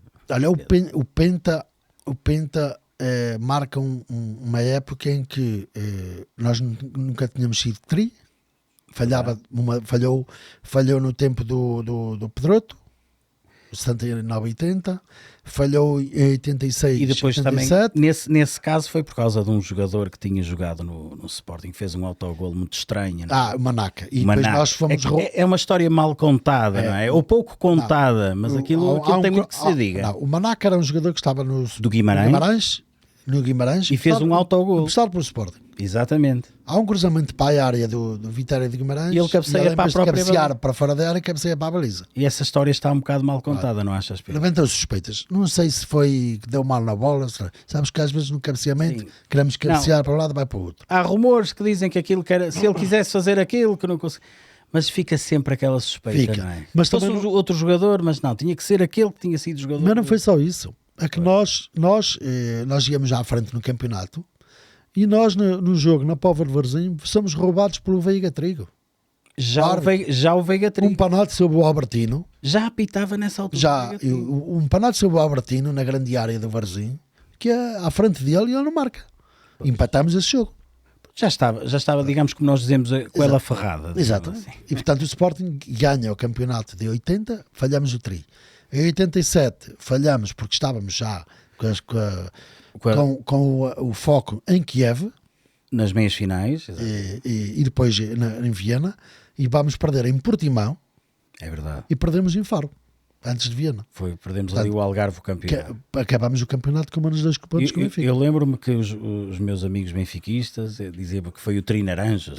O Tri Naranjas. Mas depois nós ganhamos uma. Depois falhámos o terceiro tri em 94 com o Robson. E Vivic barra Robson. E Vivic sai antes, não é? Portanto, o Benfica é melhor que nós. Nós recuperamos com o Robson. Mas depois havia ali um jogo crucial que era Sporting Benfica, que o Benfica vai ganhar à balada por 6-3. 6-3. E nós recuperámos e bem, estivemos por isso para ganhar o tri. E pronto, e depois o tri chega 3 anos depois com o Oliveira. Na sequência para o Penta. Na sequência para o Penta. E o Penta é especial porquê? Porque somos a única equipa no clube em Portugal a ganhar 5 campeonatos seguidos e continuamos a ser. Exatamente. E não fomos para o B-Tri, que era assim que nós lhe chamávamos, por causa de um célebre jogo em Campo Maior. Não só, mas também. Não só. Também em Faro empatamos um jogo 3-3 depois de estar a ganhar 3-1, com o Hilário dá 2 frangos. Depois tínhamos um treinador que com o Jardel, e o Jardel tinha que ganhar o campeonato. Sim. Quem tivesse o Jardel ganhava o campeonato. Era golo pela certa. Tu viste que o Jardel chegou à balada e foi campeão pelo Sporting. Exatamente. Pronto. E portanto o Jardel marca, repara numa coisa, o Jardel faz 38 golos no Porto nessa época. Exatamente. E não somos campeões. Há uma coisa que não bate bem. Portanto, o Fernando Santos tem culpa. Sim, houve na altura essa referência, até porque, por exemplo, depois ganhamos a taça depois. Ganhamos a taça 2-0 ao Sporting, 2-0. E via-se claramente que a nossa equipa não era em nada inferior a... Não, mas eu acho que, por exemplo, entramos em Alvalade, criaram-nos um ambiente do caraças. Sim. Ou seja, a recepção que tivemos em Alvalade foi à pedrada e o caralho, partiram-nos os vidros, não sei o quê. Já entramos em campo assim. Depois sofres um golo em que o secretário está na lateral, passa para a central e isola-o à costa. Foi um passe. Estraga logo a equipa. Foi um passe de morte para a costa. Sofres um golo com o André Cruz. O André Cruz o livre, que era a especialidade dele. Depois ainda reduzes pelo Jardel, salvo o erro, mas quando o Cleiton Cruz a bola já estava fora. Sim, foi anulado. Mas aí depois o Sporting tem... Qual é o mérito que o Sporting tem nesse jogo? Pensei que ias falar na época, o mercado de inverno. O mercado de inverno com o César Pratos, lateral e André Cruz. E começa a jogar mais. Porque o Sporting levou um baile nas antas, 3-0. E podia ter levado 5-6. Sim, portanto, absolutamente. Foram um conjunto de fatores que impediram que nós conseguíssemos o 6º campeonato. Mas a maior culpa a quem eu aponto é o Fernando Santos. Apesar de ter chegado às quartas de final com o Bayern, em que fomos roubados. Aliás, mas o Fernando Santos não soube gerir. Sim, foi ali. Para mim foram ali uma série de circunstâncias que condicionaram. Mas o Fernando Santos, para mim, não podia perder aquele campeonato. Mas o Penta foi, de facto, ainda. Eu acho que o Penta mantém-se como um dos grandes momentos. Há muita gente que tenta, mas só há um. Só o Porto é que é Penta. Exatamente. Depois também, dando aqui, porque sei disso, nós conversamos imenso e eu sei que também há um momento que te marca muito, que é a letra K, o momento Kelvin. Marca. O que é que me podes contar sobre isso? Qual foi a tua experiência K, digamos assim? Do teu momento K? No momento K, nós partimos para essa época com uma boa equipa. Com bons jogadores, tínhamos 2 laterais excelentes, Danilo e Alexandre. Sim, dos melhores. Tínhamos uma dupla de centrais invejável, o Otamendi e o Mangala eram centrais. No ponto. Tínhamos ali um naipe de 13, 14 jogadores que nos davam todas as Lucho. Sim. Depois vinhamos duas épocas, portanto ganhámos a Liga Europa e um campeonato sem derrotas. Tivemos um ano anterior em que o Vítor Pereira tem uma derrota num campeonato. Por causa do Bruno Paixão. Bruno Paixão em Barcelos. Exatamente. Senão tínhamos acabado esse campeonato. Esse jogo derrotas. Foi uma vergonha. E depois liderávamos o campeonato com o Benfica sempre. O Benfica foi, neste ano, foi um adversário difícil.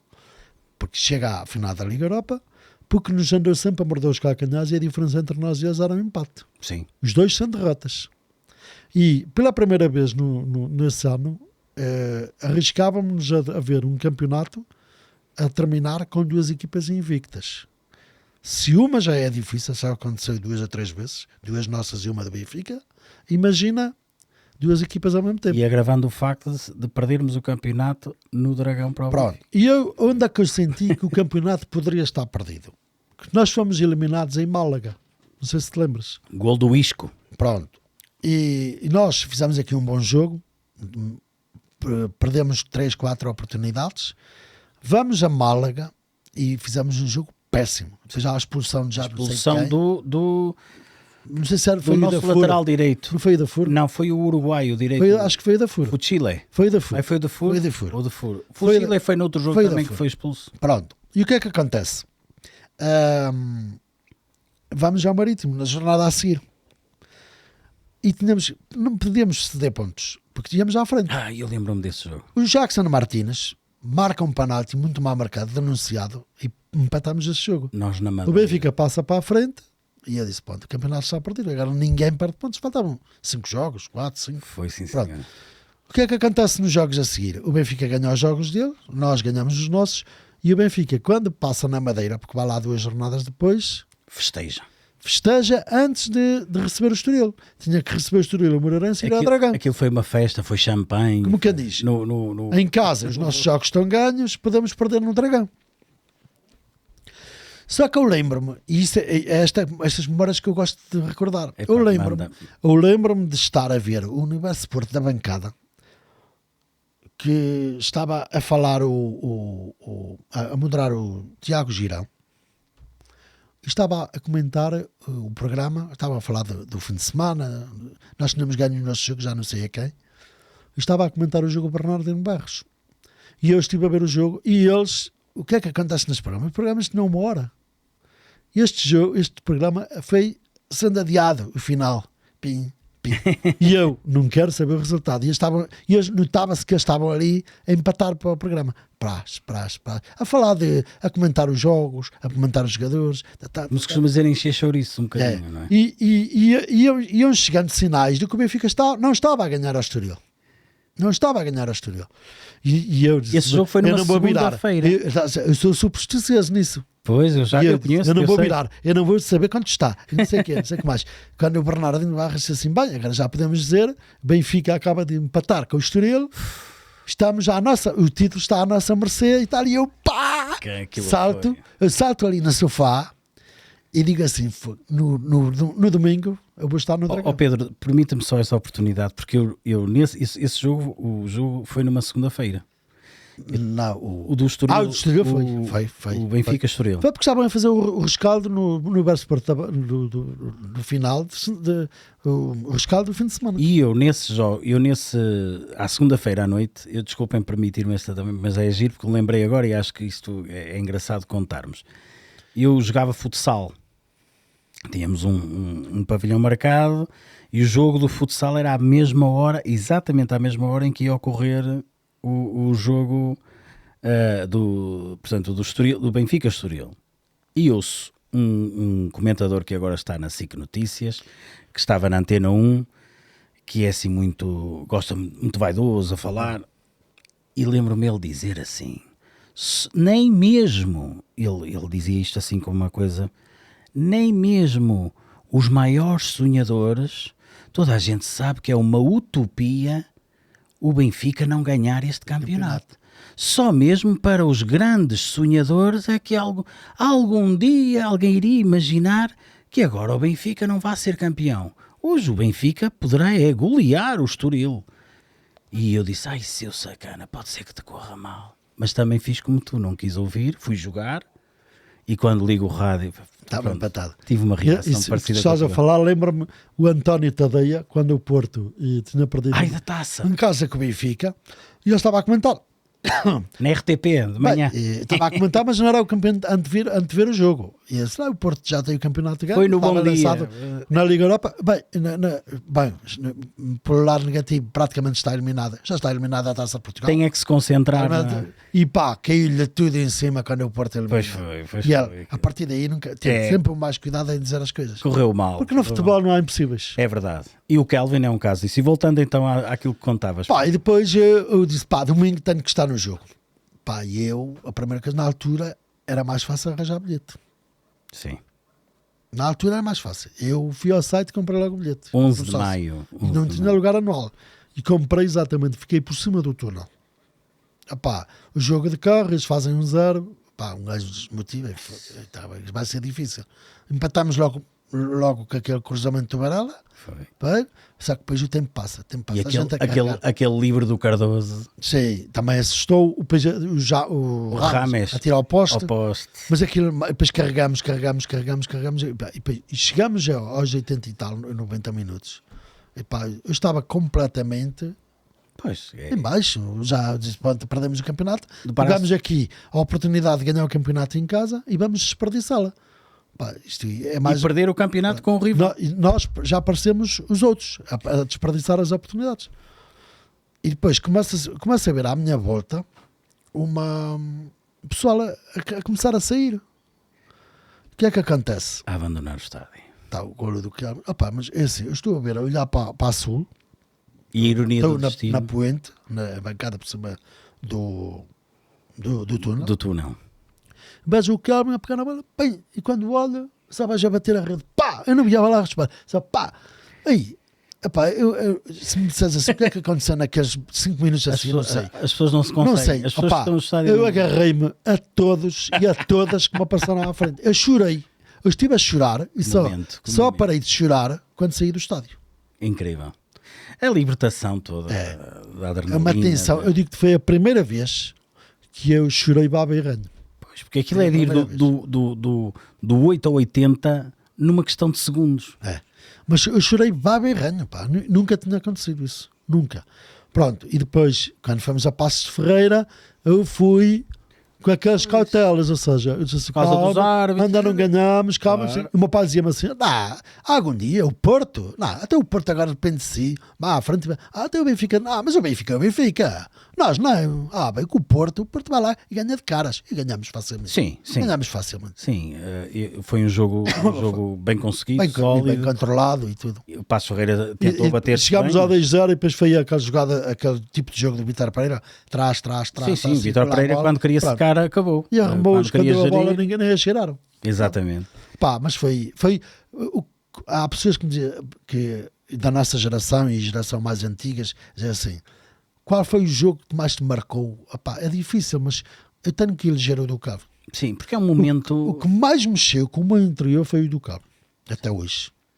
Há pessoas que viveram o jogo Porto-Braga de 78, mas não somos dessa altura. Pois. Eu tinha 4 anos, não me lembro, é evidente que não, nem sei lá. Não, mas quem é dessa altura diz 78.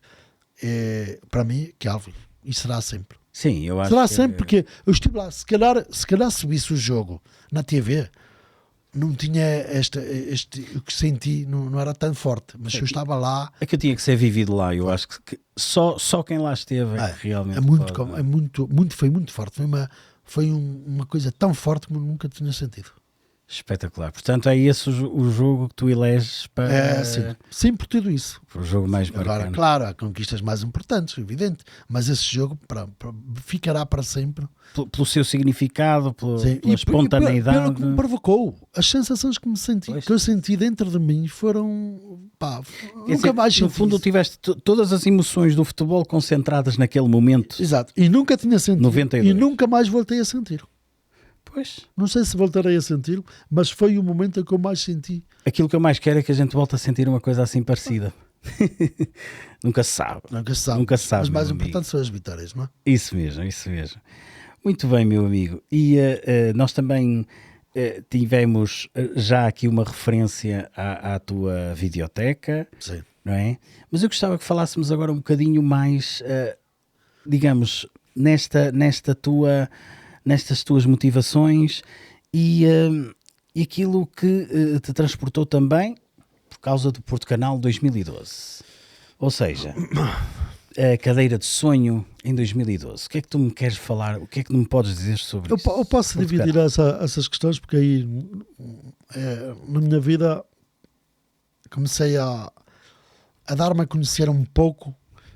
Não foi só em 2012. Eu comecei a aparecer nas redes sociais, o Portal dos Dragões, passa a publicidade. Foi aí que eu te comecei a conhecer. Fórum. Ainda não te conhecia pessoalmente? Não, foi aí. Mas pronto, a gente também, muita gente conhecesse aí. Havia um fórum onde se discutia o Futebol Clube do Porto, criávamos uma conta e depois a gente discutia lá. Aquilo que nós chamávamos a blogosfera, não é?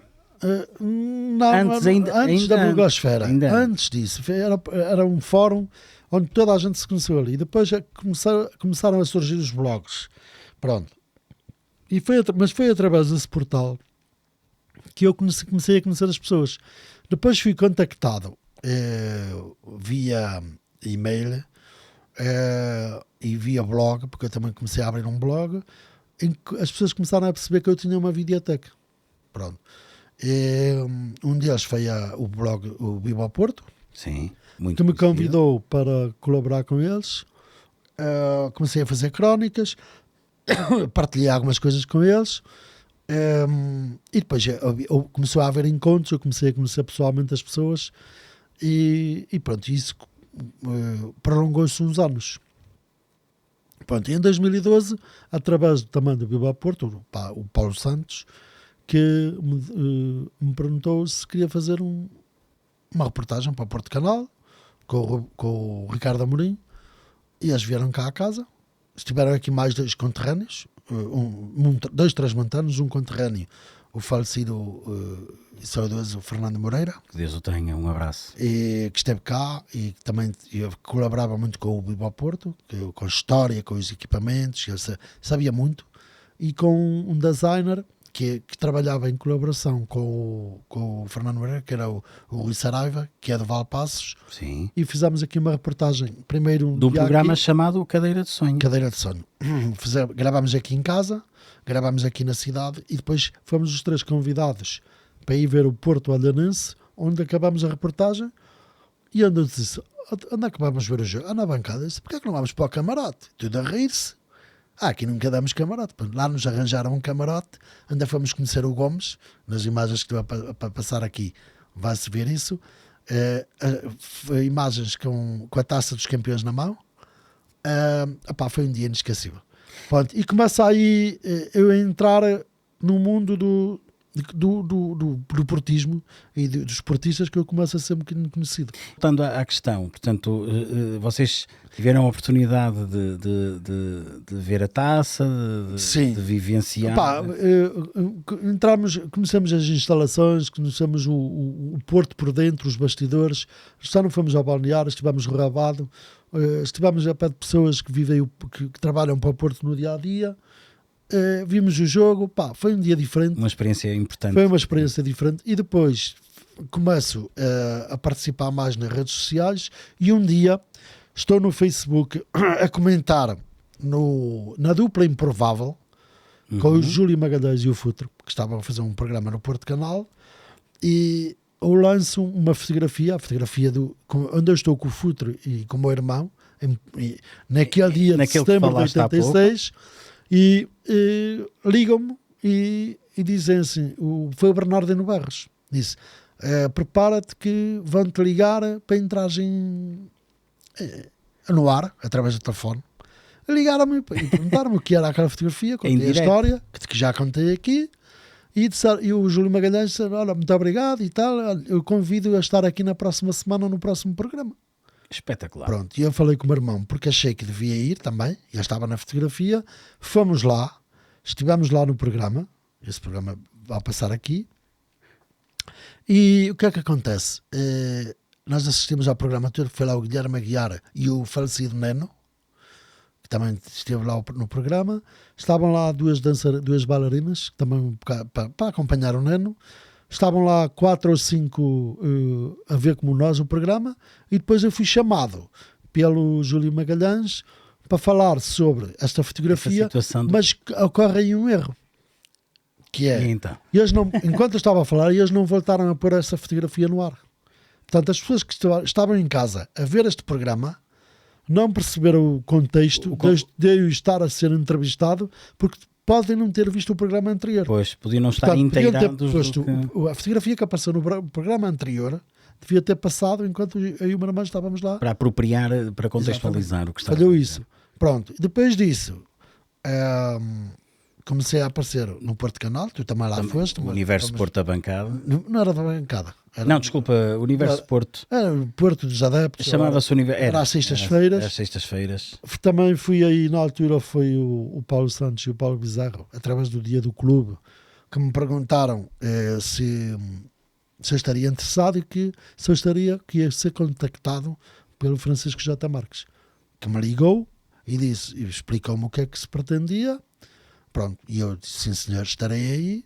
Estiveste lá tu, esteve lá o Luís Mendes. Tivemos o prazer de partilhar alguns fóruns muito, muito interessantes. Sim, houve bons programas, houve bons debates. Sempre graciosamente, sempre com o amor. Nunca exigimos nada. Nada, o amor ao Porto. E foi uma boa experiência. Sem dúvida. Foi uma boa experiência, gostei. E através disso... É que nasce a vontade... Não é o bicho. O bicho já lá estava. Sim, mas nasce a vontade... Outro ramo da árvore. Nasce a vontade de criar o canal, este canal que existe agora, e fazer eu próprio... No fundo, a concretização. Fazer eu próprio os conteúdos e produzir para o mundo do portismo. Portanto, como não tive a oportunidade de continuar a colaborar com o Porto Canal, eu decidi, vou criar um canal, isto já antes da pandemia. A pandemia veio reforçar à vontade, como uma pessoa estava em casa. Sim, uma questão. E foi aí que eu arranquei em força e nunca mais parei. E é aí que depois nasce... Mas também tenho que dizer que sozinho não teria chegado aos 5 anos como estamos agora. Eu tenho que ter a tua presença, a tua colaboração, a tua participação, a do Luís Mendes, a do Jorge Costa, a do Luís Coelho, a do João Ricardo Braga, a do Hugo Moura, e agora vai entrar um novo membro, que não vou dizer já para já, não é? Exato. Que é, portanto, e todos os outros que participaram e vieram ao programa. Como convidados. as lives. E podcasts. E vlogs, podcasts, toda a gente, que, claro que me motivou a continuar a trabalhar, e espero ainda continuar uns bons anos aqui a produzir conteúdos, porque divirto-me com isto. Seja sempre muitos e bons anos. E assim nasce o canal Malha Azul e Branca. E é assim que nasce Pedro? É assim que nasce o canal Malha Azul e Branca. O nascimento do projeto, conteúdos... No início, como é que tu pensaste era só para falar de malhas, malha azul e branca, de malhas, tirar dúvidas, que havia muita gente a colocar-me questões. Era para um programa de esclarecimentos sobre a história de equipamentos, dicas. Depois achei que era muito rudimentar, uma coisa muito aquém daquilo que eu pretendia para isso. As visualizações não eram más, mas também não é uma pessoa não faz coisas para ter visualizações. Era algo muito específico, digamos assim. Era muito específico. Não deixando de ser muito interessante. Sim, atenção. Mas era muito pouco. E eu disse, não, o Porto é muito mais do que isto. E decidi começar a produzir conteúdos da história, coisas interessantes que dar a conhecer e a partilhar com portistas que não conheciam. E documentos extraordinários que ficaram. Tinha muito cuidado em partilhar imagens com direitos autorais, mas que fui utilizando dentro das possibilidades, avaliando se podia ou não utilizar para partilhar conteúdos e para suportar, servir de base àquilo que eu estava a falar. Depois lembrei-me de produzir outro tipo de conteúdos, porque eu vejo muito na internet muitos canais de audiovisuais, vou retirando ideias daqui e da lá. Somos todos assim. E depois criamos o nosso próprio estilo. E temos a nossa produtividade. Exato. E no início é assim. No início nós temos aquela tendência de copiar. Mas somos todos assim. Mas depois vamos tirando ideias daqui e da lá. E criamos a nossa própria... O nosso próprio estilo, projeto, a nossa própria identidade. A nossa própria identidade. Muito bem. E posso dizer que uma das minhas inspirações para criar, por exemplo, este podcast, ou as lives, não tanto, mas o podcast, foi o conceito que o Rui Unas utilizou para criar o Maluco Beleza. Sim, no fundo ele é quase o inovador, não é? Era um criador de conteúdo, mas ele trabalhou muito com a Beira da Coxa. Sim, exatamente. No curto-circuito, depois fez os programas de televisão e cresceu muito. Mas o Rui Unas foi uma inspiração para mim, porque eu vi aquele conceito que ele desenvolveu e eu disse, não, este aqui é uma coisa que eu quero. O podcast foi inspirado no podcast do Rui Unas. Do Rui Unas. Pronto. Depois, lembrei-me de fazer vlogs. Tu participaste em alguns, o Mendes também. Sim, foi muito engraçado, foi quando fomos Só levar um azulejo ao Sérgio Conceição dos 91 pontos. Exatamente, e não só, e fizemos o de campeão de 22, também fizemos isso. Sim, sim. E há vários. O 30. Por exemplo, os jantares no Guerra da Regedora também fiz. Há vários, alguns nas Antas, no Dragão. No Jamor. No Jamor, há vários. Um que até partilhaste há dias. Portanto, O último do Jamor. O outro também já tinha feito. Aconselho toda a gente a ver, porque é efetivamente um vídeo extraordinário que mostra o espírito. E o de 2023 também lá está. Só que há aqui uma questão, que é os vlogs têm uma coisa, para mim, são cansativos, porque exigem estarmos atentos a tudo o que se está a passar. E acabas por tu não desfrutar. Vamos ver o que é que vamos captar neste meio, o que é importante, o que é útil, o que não é, mas depois acabas por não viver a experiência. Não desfrutas tu da experiência porque estás com aquela... Perdes digamos, muita coisa. Estás com aquele foco profissional, digamos assim, no fundo. Por exemplo, vamos ao Jamor. Divertimos no Jamor, mas agora vou pegar na câmera e tal, não sei o quê, e depois uma pessoa começa a entrar naquele conflito. E lá se vai aquela espontaneidade, não é? Eu quero as imagens para depois fazer um vlog que me vai dar prazer, mas depois também dizer, não vou viver isto. Claro. E desistir um bocadinho dos vlogs, sabes? Prefiro investir nestes conteúdos, podcasts, as lives para mim. Não pensei que... Tem sido um crescimento muito interessante. Tem havido crescimento e eu sinto-me cada vez mais motivado. Os podcasts têm um grande contra para mim, que é serem em Vila Real. Pois a questão logística, digamos assim. Se eu morasse no Porto, eu vivesse no Porto, já tinha feito muito mais podcasts. Facilitar, digamos, os convidados. É complicado para as pessoas virem cá. Gasolina, portagem, não sei o quê. Eu disse, vocês estão aqui, vieram almoçar comigo, tudo bem? E bem. E toda a gente que veio cá foi o mesmo. Só que às vezes a deslocação para pessoas é complicado. Por exemplo, para mim e o Paulo Luís Mendes, que somos aqui de Vila Real, estamos muito mais habituados a ir ao Porto e voltar, vamos ver o jogo, do que se calhar vocês que estão lá sempre no Porto. Exatamente. Não estou a falar especificamente de ti. Sim, mas pessoas saírem do Porto, vamos ver um podcast, não. Sim, Podiam pensar assim, não, vamos passar um dia com o Pedro, vamos falar do Porto. É um dia a Porto. Vamos estar aqui a olhar para a televisão e ouvir um Palermo qualquer a falar, vamos passar um dia diferente. E sem dúvida, é um convívio. Mas também depende da disposição das pessoas e eu respeito a vontade das pessoas, obviamente. Pronto, e dentro das minhas possibilidades eu quero que este projeto vá para a frente porque eu quero fazer um upgrade. Não, e tem sido um prazer, Pedro, crescer, ver crescer todo este projeto com 5 anos, não é? Digamos assim. Fez 5 anos e meio. Balanço. O balanço... Pedro, o que é que tu, em função daquilo que expectaste e aquilo que se concretizou... Não esperava tanto, em termos de quantidade de conteúdos, ou seja, diversidade de conteúdo, não esperava tanto. Depois, os conteúdos que eu produzi ao longo dos anos, eu vou ver o meu primeiro vídeo e vou ver o último que fiz. É uma diferença abissal. Parece um parola a falar, sem qualidade nenhuma, e depois vejo um upgrade enorme. Com toda a modéstia vejo. Claro.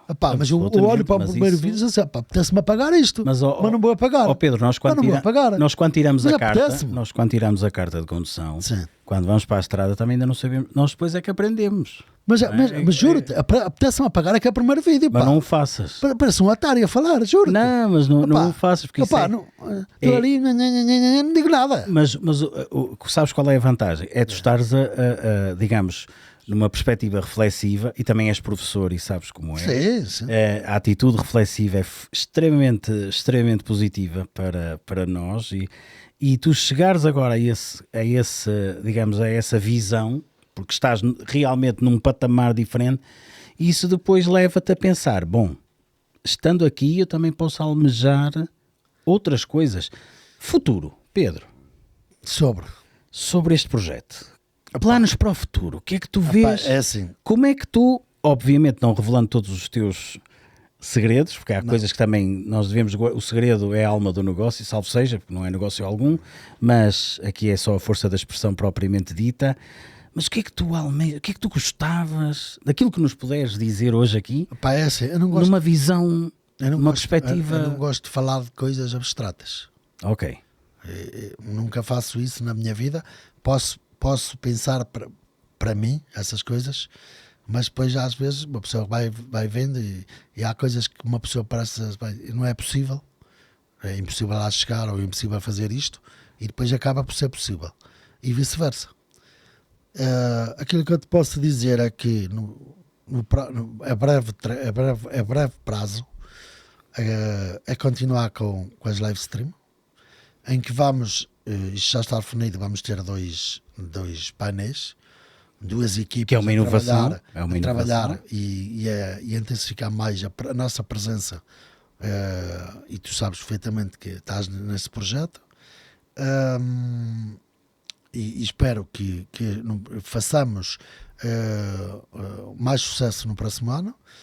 O podcast vai sofrer um upgrade no formato e no figurino.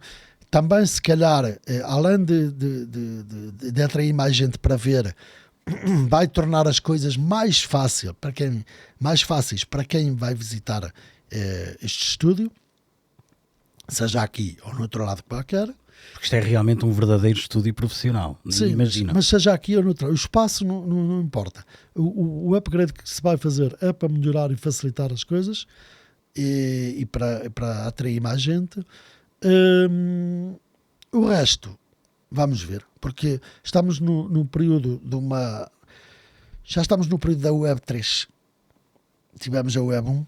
Olha, troca-me isso por miúdos. Opa, o Web 1 é quando tu começaste a ter acesso à internet. Vais visitar sites, ADSL, SAP, ADSL, aquelas coisas. A Web 2 aparece quando começam a aparecer os YouTubes, os canais, 2006, conteúdos, começas a ver vídeos, a Web 3 já estás a partir para uma inteligência artificial. Exatamente. Em que tu vais ter acesso a outras ferramentas que te pode permitir, neste momento não tenho nada em concreto, que te pode permitir desenvolver projetos que neste momento na minha cabeça ainda não estão. Muito bem. Mas eu estou atento. Percebo. Estou a ver o que se faz lá fora, porque tenho que dizer isto. Eu disse há bocadinho que o Rui Unas foi a minha inspiração para o podcast, mas a minha escola é toda brasileira. E não tem nada a ver com a TAIS. A minha escola é desde 2019 toda brasileira. Fiz os cursos todos de audiovisuais através de mentores brasileiros. Porque são pessoas online, extraordinárias no domínio do audiovisual, muito na mais publicidade, não é? Não é publicidade. Não, mas o audiovisual próprio, no eles cômputo estão geral, muito não é? mais evoluídos, muito mais à frente do que nós. Eles além de terem ido buscar para ver a outros países, nomeadamente os Estados Unidos, eles têm uma capacidade de iniciativa e de se reinventar terrível. Eu vou-te dar um exemplo que não tem nada a ver com isto.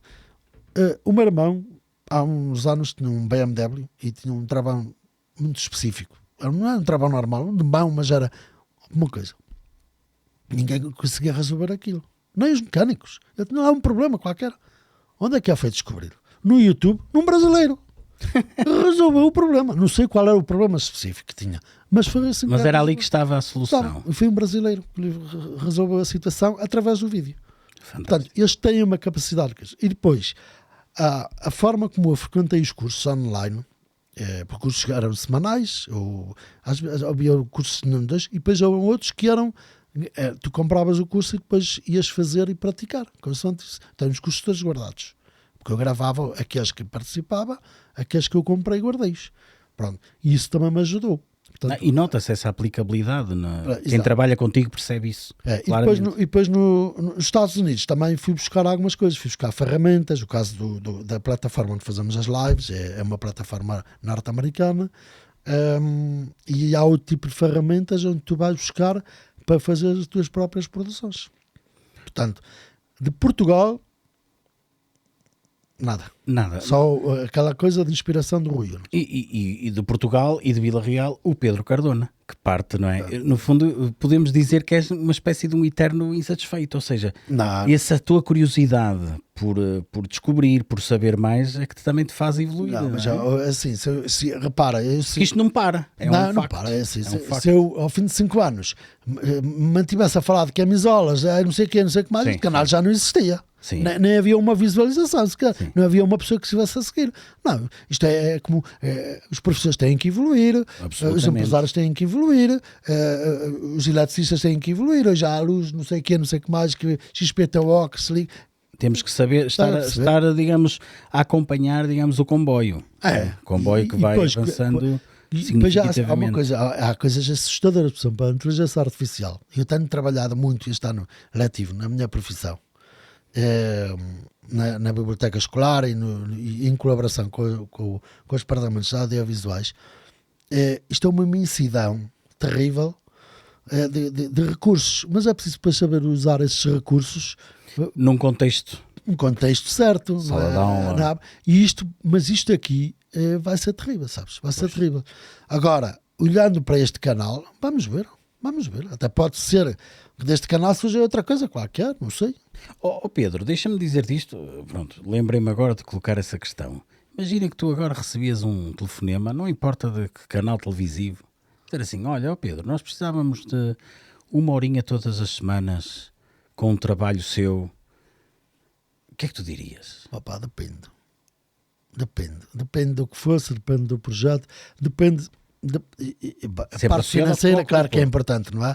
Obviamente que é importante, ninguém vai trabalhar borra, mas esquecendo isso, tem de ser um projeto em que eu me sinta Satisfizesse. confortável, em que eu tenha prazer de o fazer Seres independente, e isso eu sei ser que era independente. Isso não é uma complicado. questão de sine qua non da tua parte, não é? Mas eu tinha que ter-me prazer e sentir-me confortável em desenvolver. Porque se fosse para fazer uma coisa que eu não gostasse de fazer, dizia logo que não. Muito bem. Pá, Mas eu porque confesso ia estar que seria- constrangido, ia só fazer aquilo porque me iam pagar. Não, tem que ser algo mais, não é? Claro, imagina que eu estava com dificuldades financeiras. Claro, uma pessoa, todos nós, desculpa lá, todos nós somos prostitutas. Todos nós temos o nosso preço. É uma Podes não ir por analogia. 5 mil, mas vai por 100 mil. É uma ou analogia milhão, não interessa. válida, exatamente. Mas quando se não tens necessidade, não é? E também te vão pagar uma fortuna, só tem que ser uma coisa confortável, que me dê prazer fazer e que gosto de fazer. E depois tenho que me identificar com essa proposta, com esse projeto. Eu teria muito gosto em ver-te aí num canal qualquer. Digamos. Não é uma coisa que me puxa assim, não. Porque eu nunca pensei nisso. Nunca pensaste. Nunca pensei nisso, não. Quem sabe? Prefiro o reconhecimento, claro, eu gosto de ter reconhecimento. E é muito. E- Muita gente gosta do teu trabalho. E quem não gostar, aliás, se não tivermos quem não goste, não estamos a evoluir. Exatamente. Uma Por altura- vezes quem não gosta é bom sinal também, não é? Uma altura, É sinal que está a passar alguma coisa forte. e uma altura, já não sei, um comediante alemão, eu vejo muito podcast e depois vou pegando aqui coisas que me ficam tipo tatuadas no cérebro, sabes? Fantástico. Coisas que me ficam aqui guardadas, que eu ouço assim, isto é verdade, isto é verdade. O Herman estava a ser entrevistado num podcast e ele estava a contar uma história que era, ele foi à Alemanha, e vai muitas Sim, vezes à Alemanha, as origens dele. as origens são de lá, e um comediante alemão dizia, tu és conhecido no país, no teu país já? E ele, sou muito conhecido e tal, já fiz, não sei o quê, na altura era o principal comediante. Não sei o quê, né? E tu tens haters? E ele, não, então tu ainda não és conhecido. Verdade. Tu ainda não és conhecido. É isso. Mas é por aí. Vai no registro daquilo que diria. Portanto, que faz estamos a parte dizer. do crescimento. Agora, eu procuro isso? Não. Tu neste momento, tu és muito conhecido nas redes sociais, principalmente no X. Sim, principalmente pelas piores razões. E pelas piores razões, não. Não, mas eu percebo. Tu incomodas muita gente. O problema é Eu percebo o que esse. queres dizer, eu Porque se percebo. fosses para lá com paninhos quentes, com Não, coisas isso também não. frufrus, Não é para ninguém mim. te ligava. Para isso prefiro Ninguém não te dizer ligava. nada. E por seres como és, Para dizer tu tens asneiras, verdade. mas basta Para calar. já é assim, não andas a roubar ninguém, não bigarizas ninguém, Nada. não és mentiroso, não difamas ninguém, dizes as verdades, dizes as coisas tais como elas são, nuas e cruas, e é isso que incomoda muita gente. Por isso, olha, meu amigo, continua assim que estás no Olha, caminho. eu é recíproco, continua assim, Pedro. Só te digo uma coisa, tem cuidado, Sim. porque sabes perfeitamente porquê. O Já nosso, te disse nosso várias- estatuto. Nosso Pronto, estatuto. e tens de ter E cuidado é com fundamental. Isso é muito, Mas, muito de importante. resto, não deixes de ser quem és. E se no X tu podes ser realmente livre para ser quem és, então continua. Sim, com algum Porque cuidado também. aqui também vai ser. E é assim, tanto eu como toda a gente com quem eu colaboro e colabora comigo, tem a liberdade total Não, para serem e para fazer o que quiser. era isso que eu queria adir, Pedro, porque é bom podermos estar num espaço, e designadamente da live, que eu tenho o prazer de participar, e perceber que não há, digamos, nenhum condicionamento, não há a cartilha, digamos assim, ou seja, o contraditório pode ser usado de uma forma livre, com toda a espontaneidade, e é isso que faz de ti, do teu programa, algo distinto daquilo que nós vamos vendo. Ou seja, discute-se Porto, discute-se Futebol Clube do Porto, especificamente, obviamente, mas com toda a liberdade, com todo o pluralismo, que é assim que as coisas devem ser. Jamais poderia ter outra postura. Mas assim é que é. Porque senão, é a postura correta, Pedro. Não, porque senão ficava sozinho a fazer o programa, a fazer como aquele anão que está na CNN. Sim, Ou o monocorde fala e fala, não tem direito a contraditório. E depois escreve uma carta a olhar ali para a câmera. E depois não sabe ler telepontos. Meu caro, e depois não sabe o que é que Não sabe ler telepontos. Diz o que lhe apetece. Diz o que lhe apetece. Não vou dizer aqui o nome dele, que não tem nada aqui o promover. Não, é isso. Não vale diz o que lhe apetece. Não tem direito ao contraditório. O que é que assim interessa? Não tem. Desenvolver aqui as minhas teorias e dizer assim, pronto, está bem, agora vem agora. Não há luz, porque diz o ditado que da discussão nasce a luz, não é? Como é que nós podemos evoluir? Até mesmo como pessoas e como... Se não estivermos a dirimir argumentos. É impossível. É impossível. Não pode ser. Não faz sentido. E é essa a mais-valia. Eu acho que isso é essa genuinidade. E quem não gostar tem bom remédio.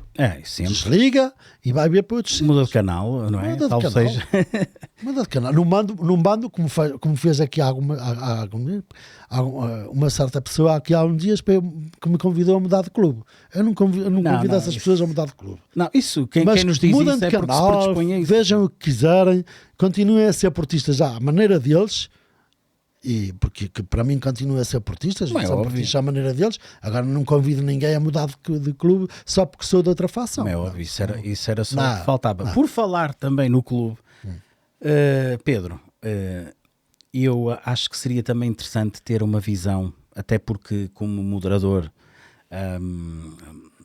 e até atendendo àquilo que há pouco estávamos a referir, eu gostava também, porque como moderador nem sempre podes, digamos, falar com mais livremente e até com alguma profusão sobre como é que estás a ver o clube nos dias de hoje. E a mim seria interessante que fizesses, digamos, um pequeno balanço daquilo que é o Porto na atualidade, Pedro. O que é que tu me podes dizer sobre o Porto neste ano, neste primeiro ano pós falecimento do grande presidente Pinto da Costa? O que é que tu me podes dizer a título de balanço, aquilo que é que tu vês neste novo, se podemos chamar assim, neste Porto, digamos assim, que nós temos agora? Olha, e como tu disseste bem, eu como moderador das lives, entendo que não devo pronunciar-me como vocês se pronunciam e dar aquela opinião. Guardo às vezes aquela rubrica para o fim para dizer alguma coisa, mas a minha função é outra. Para já não quero tirar tempo, porque quem deve ter esse tempo, esse privilégio de tempo de qualidade, são as pessoas que colaboram e que estão ali para esse feito. Depois, a função, como tu dizes bem, como moderador é mesmo essa, é só moderar. Mas claro, como toda a gente tem a sua opinião. O moderador também intervém. E como estamos aqui a começar, eu vou dá-la como dou no dia-a-dia, como demos já um bocadinho no almoço, como lá fora, no Não te esqueças que hoje és o entrevistado. Exatamente, exatamente. E parece que não foi assim tão difícil e tão ingrato como. Mas pronto, até gostei da experiência. Que maravilha. Mas Isso é que é bom. para dizer o quê? Como é que eu vejo? Olha, acho que foi. Fez tudo. Eu costumo dizer que quem nasce torto, tarde ou nunca se endireita.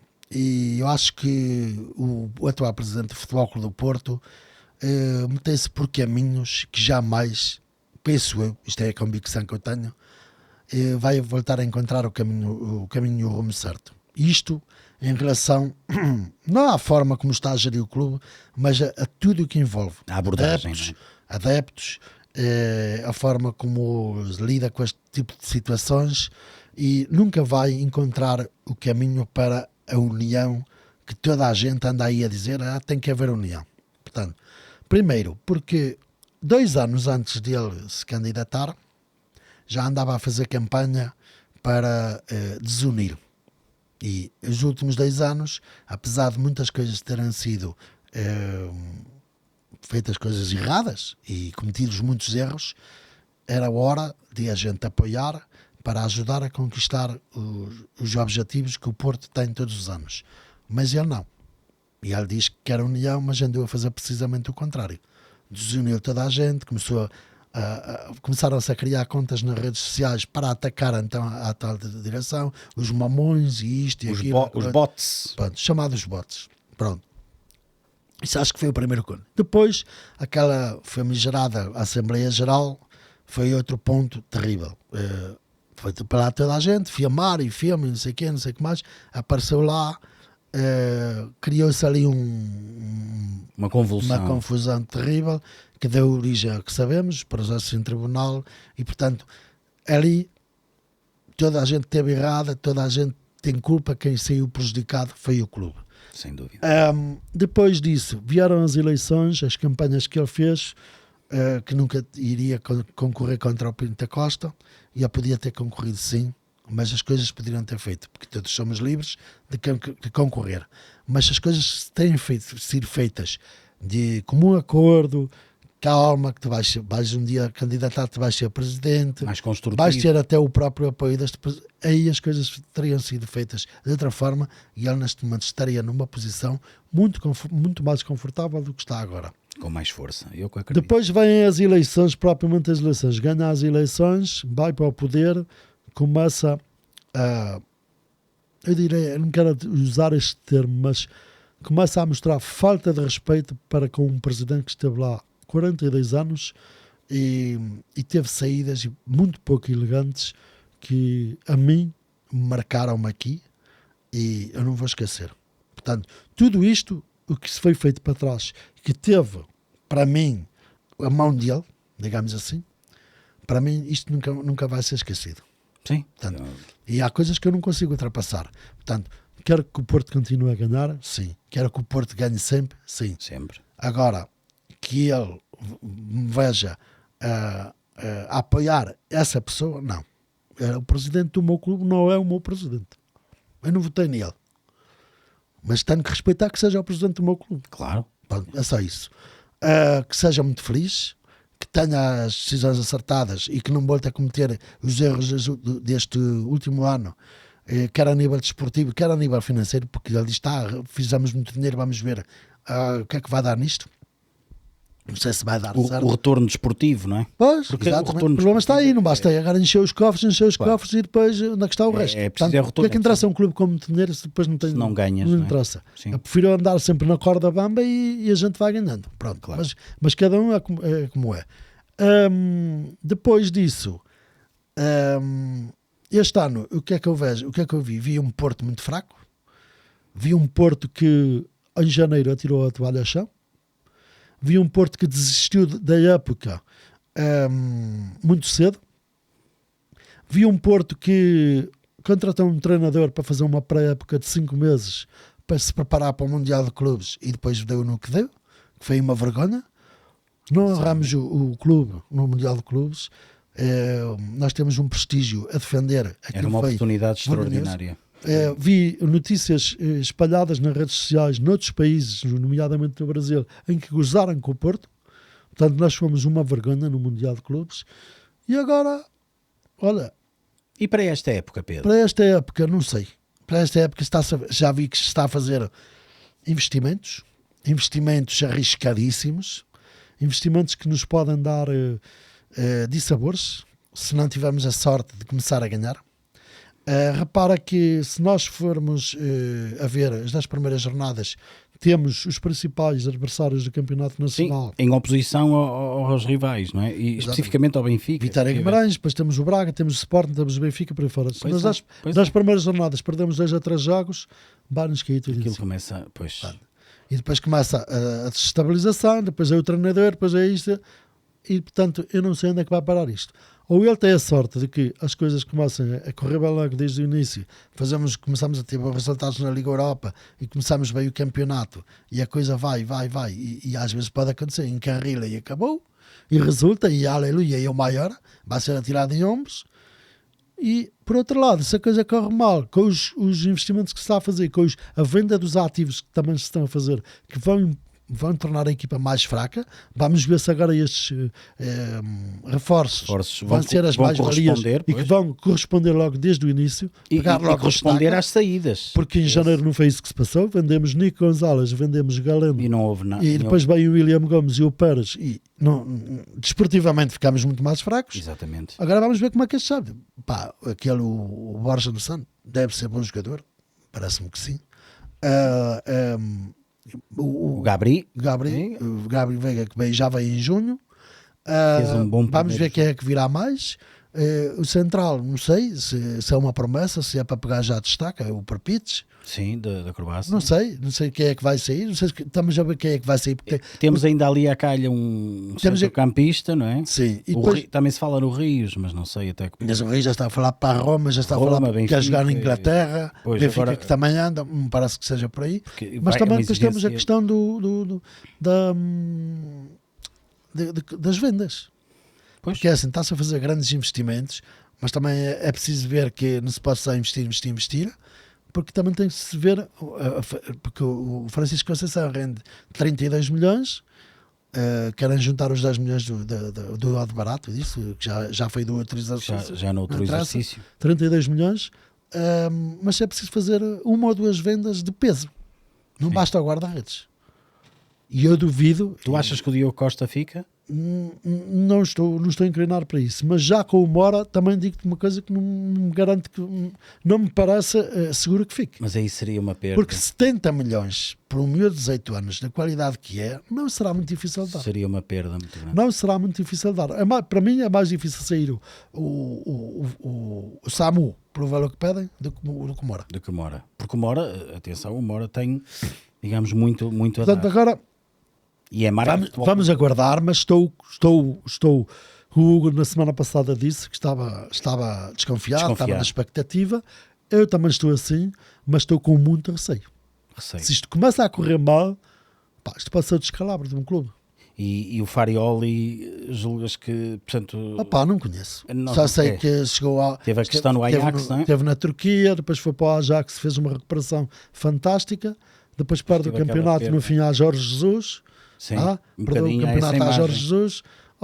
Pode ter tido um azar, nós também perdemos um campeonato assim com o Sérgio Conceição, também com o Sérgio Conceição ganhamos assim um campeonato. Em condições muito especiais, agora, muito ecuménicas na altura. Daquilo que me chega, das noticiários, também se vende muita coisa nas redes sociais, na comunicação social, e este Porto vende muito na atual comunicação social, nas redes sociais, notícias para saírem cá para cá com impacto. Sim, nota-se essa diferença. Embora diga isto, os jogadores parecem estar satisfeitos com os métodos de trabalho, com a forma como estão a treinar. Vamos ver. Eles podem trabalhar muito bem, podem jogar muito bem, fazer grandes jogadas, dar espetáculo, não sei o quê, mas se os resultados não aparecem, o que é que nos interessa? Nós queremos ganhar. Fui ganhar 1-0 e jogar pessimamente, mal. Isso aconteceu muitas vezes com o Vitor Pereira. Do que empatar e jogar o Vitor Pereira saísse do Porto. Pois. Jogávamos às vezes mal e foi muito ganhávamos o 0. Efetivos, exatamente. Do que estar a dar grandes espetáculos e não ganhar. O que é que interessa ganhar? Essa é a grande questão. Essa é a grande questão. Basicamente é isso que eu penso. Ó Pedro, estamos quase a terminar. Mas Estamos. eu gostava... Estamos com 2 horas, não? Eu há pouco, por brincadeira, até estava a pensar em perguntar o que é que dizem os teus olhos. Mas antes de perguntar o que é que dizem os teus olhos, porque estás no teu estúdio com uma panóplia fantástica que foste construindo aqui à tua maneira, à tua imagem. Mas antes disso, imagina, Pedro, que vamos fazer aqui um exercício. Esta caneca bonita aqui do podcast Cardona é uma espécie de uma lamparina mágica à guisa de Aladino e eu dava-te direito concedia-te 3 desejos para o teu clube. Que desejos é que tu escolherias? Vamos lá. Para o meu clube? Eu sei que tu não sabias que eu te ia perguntar.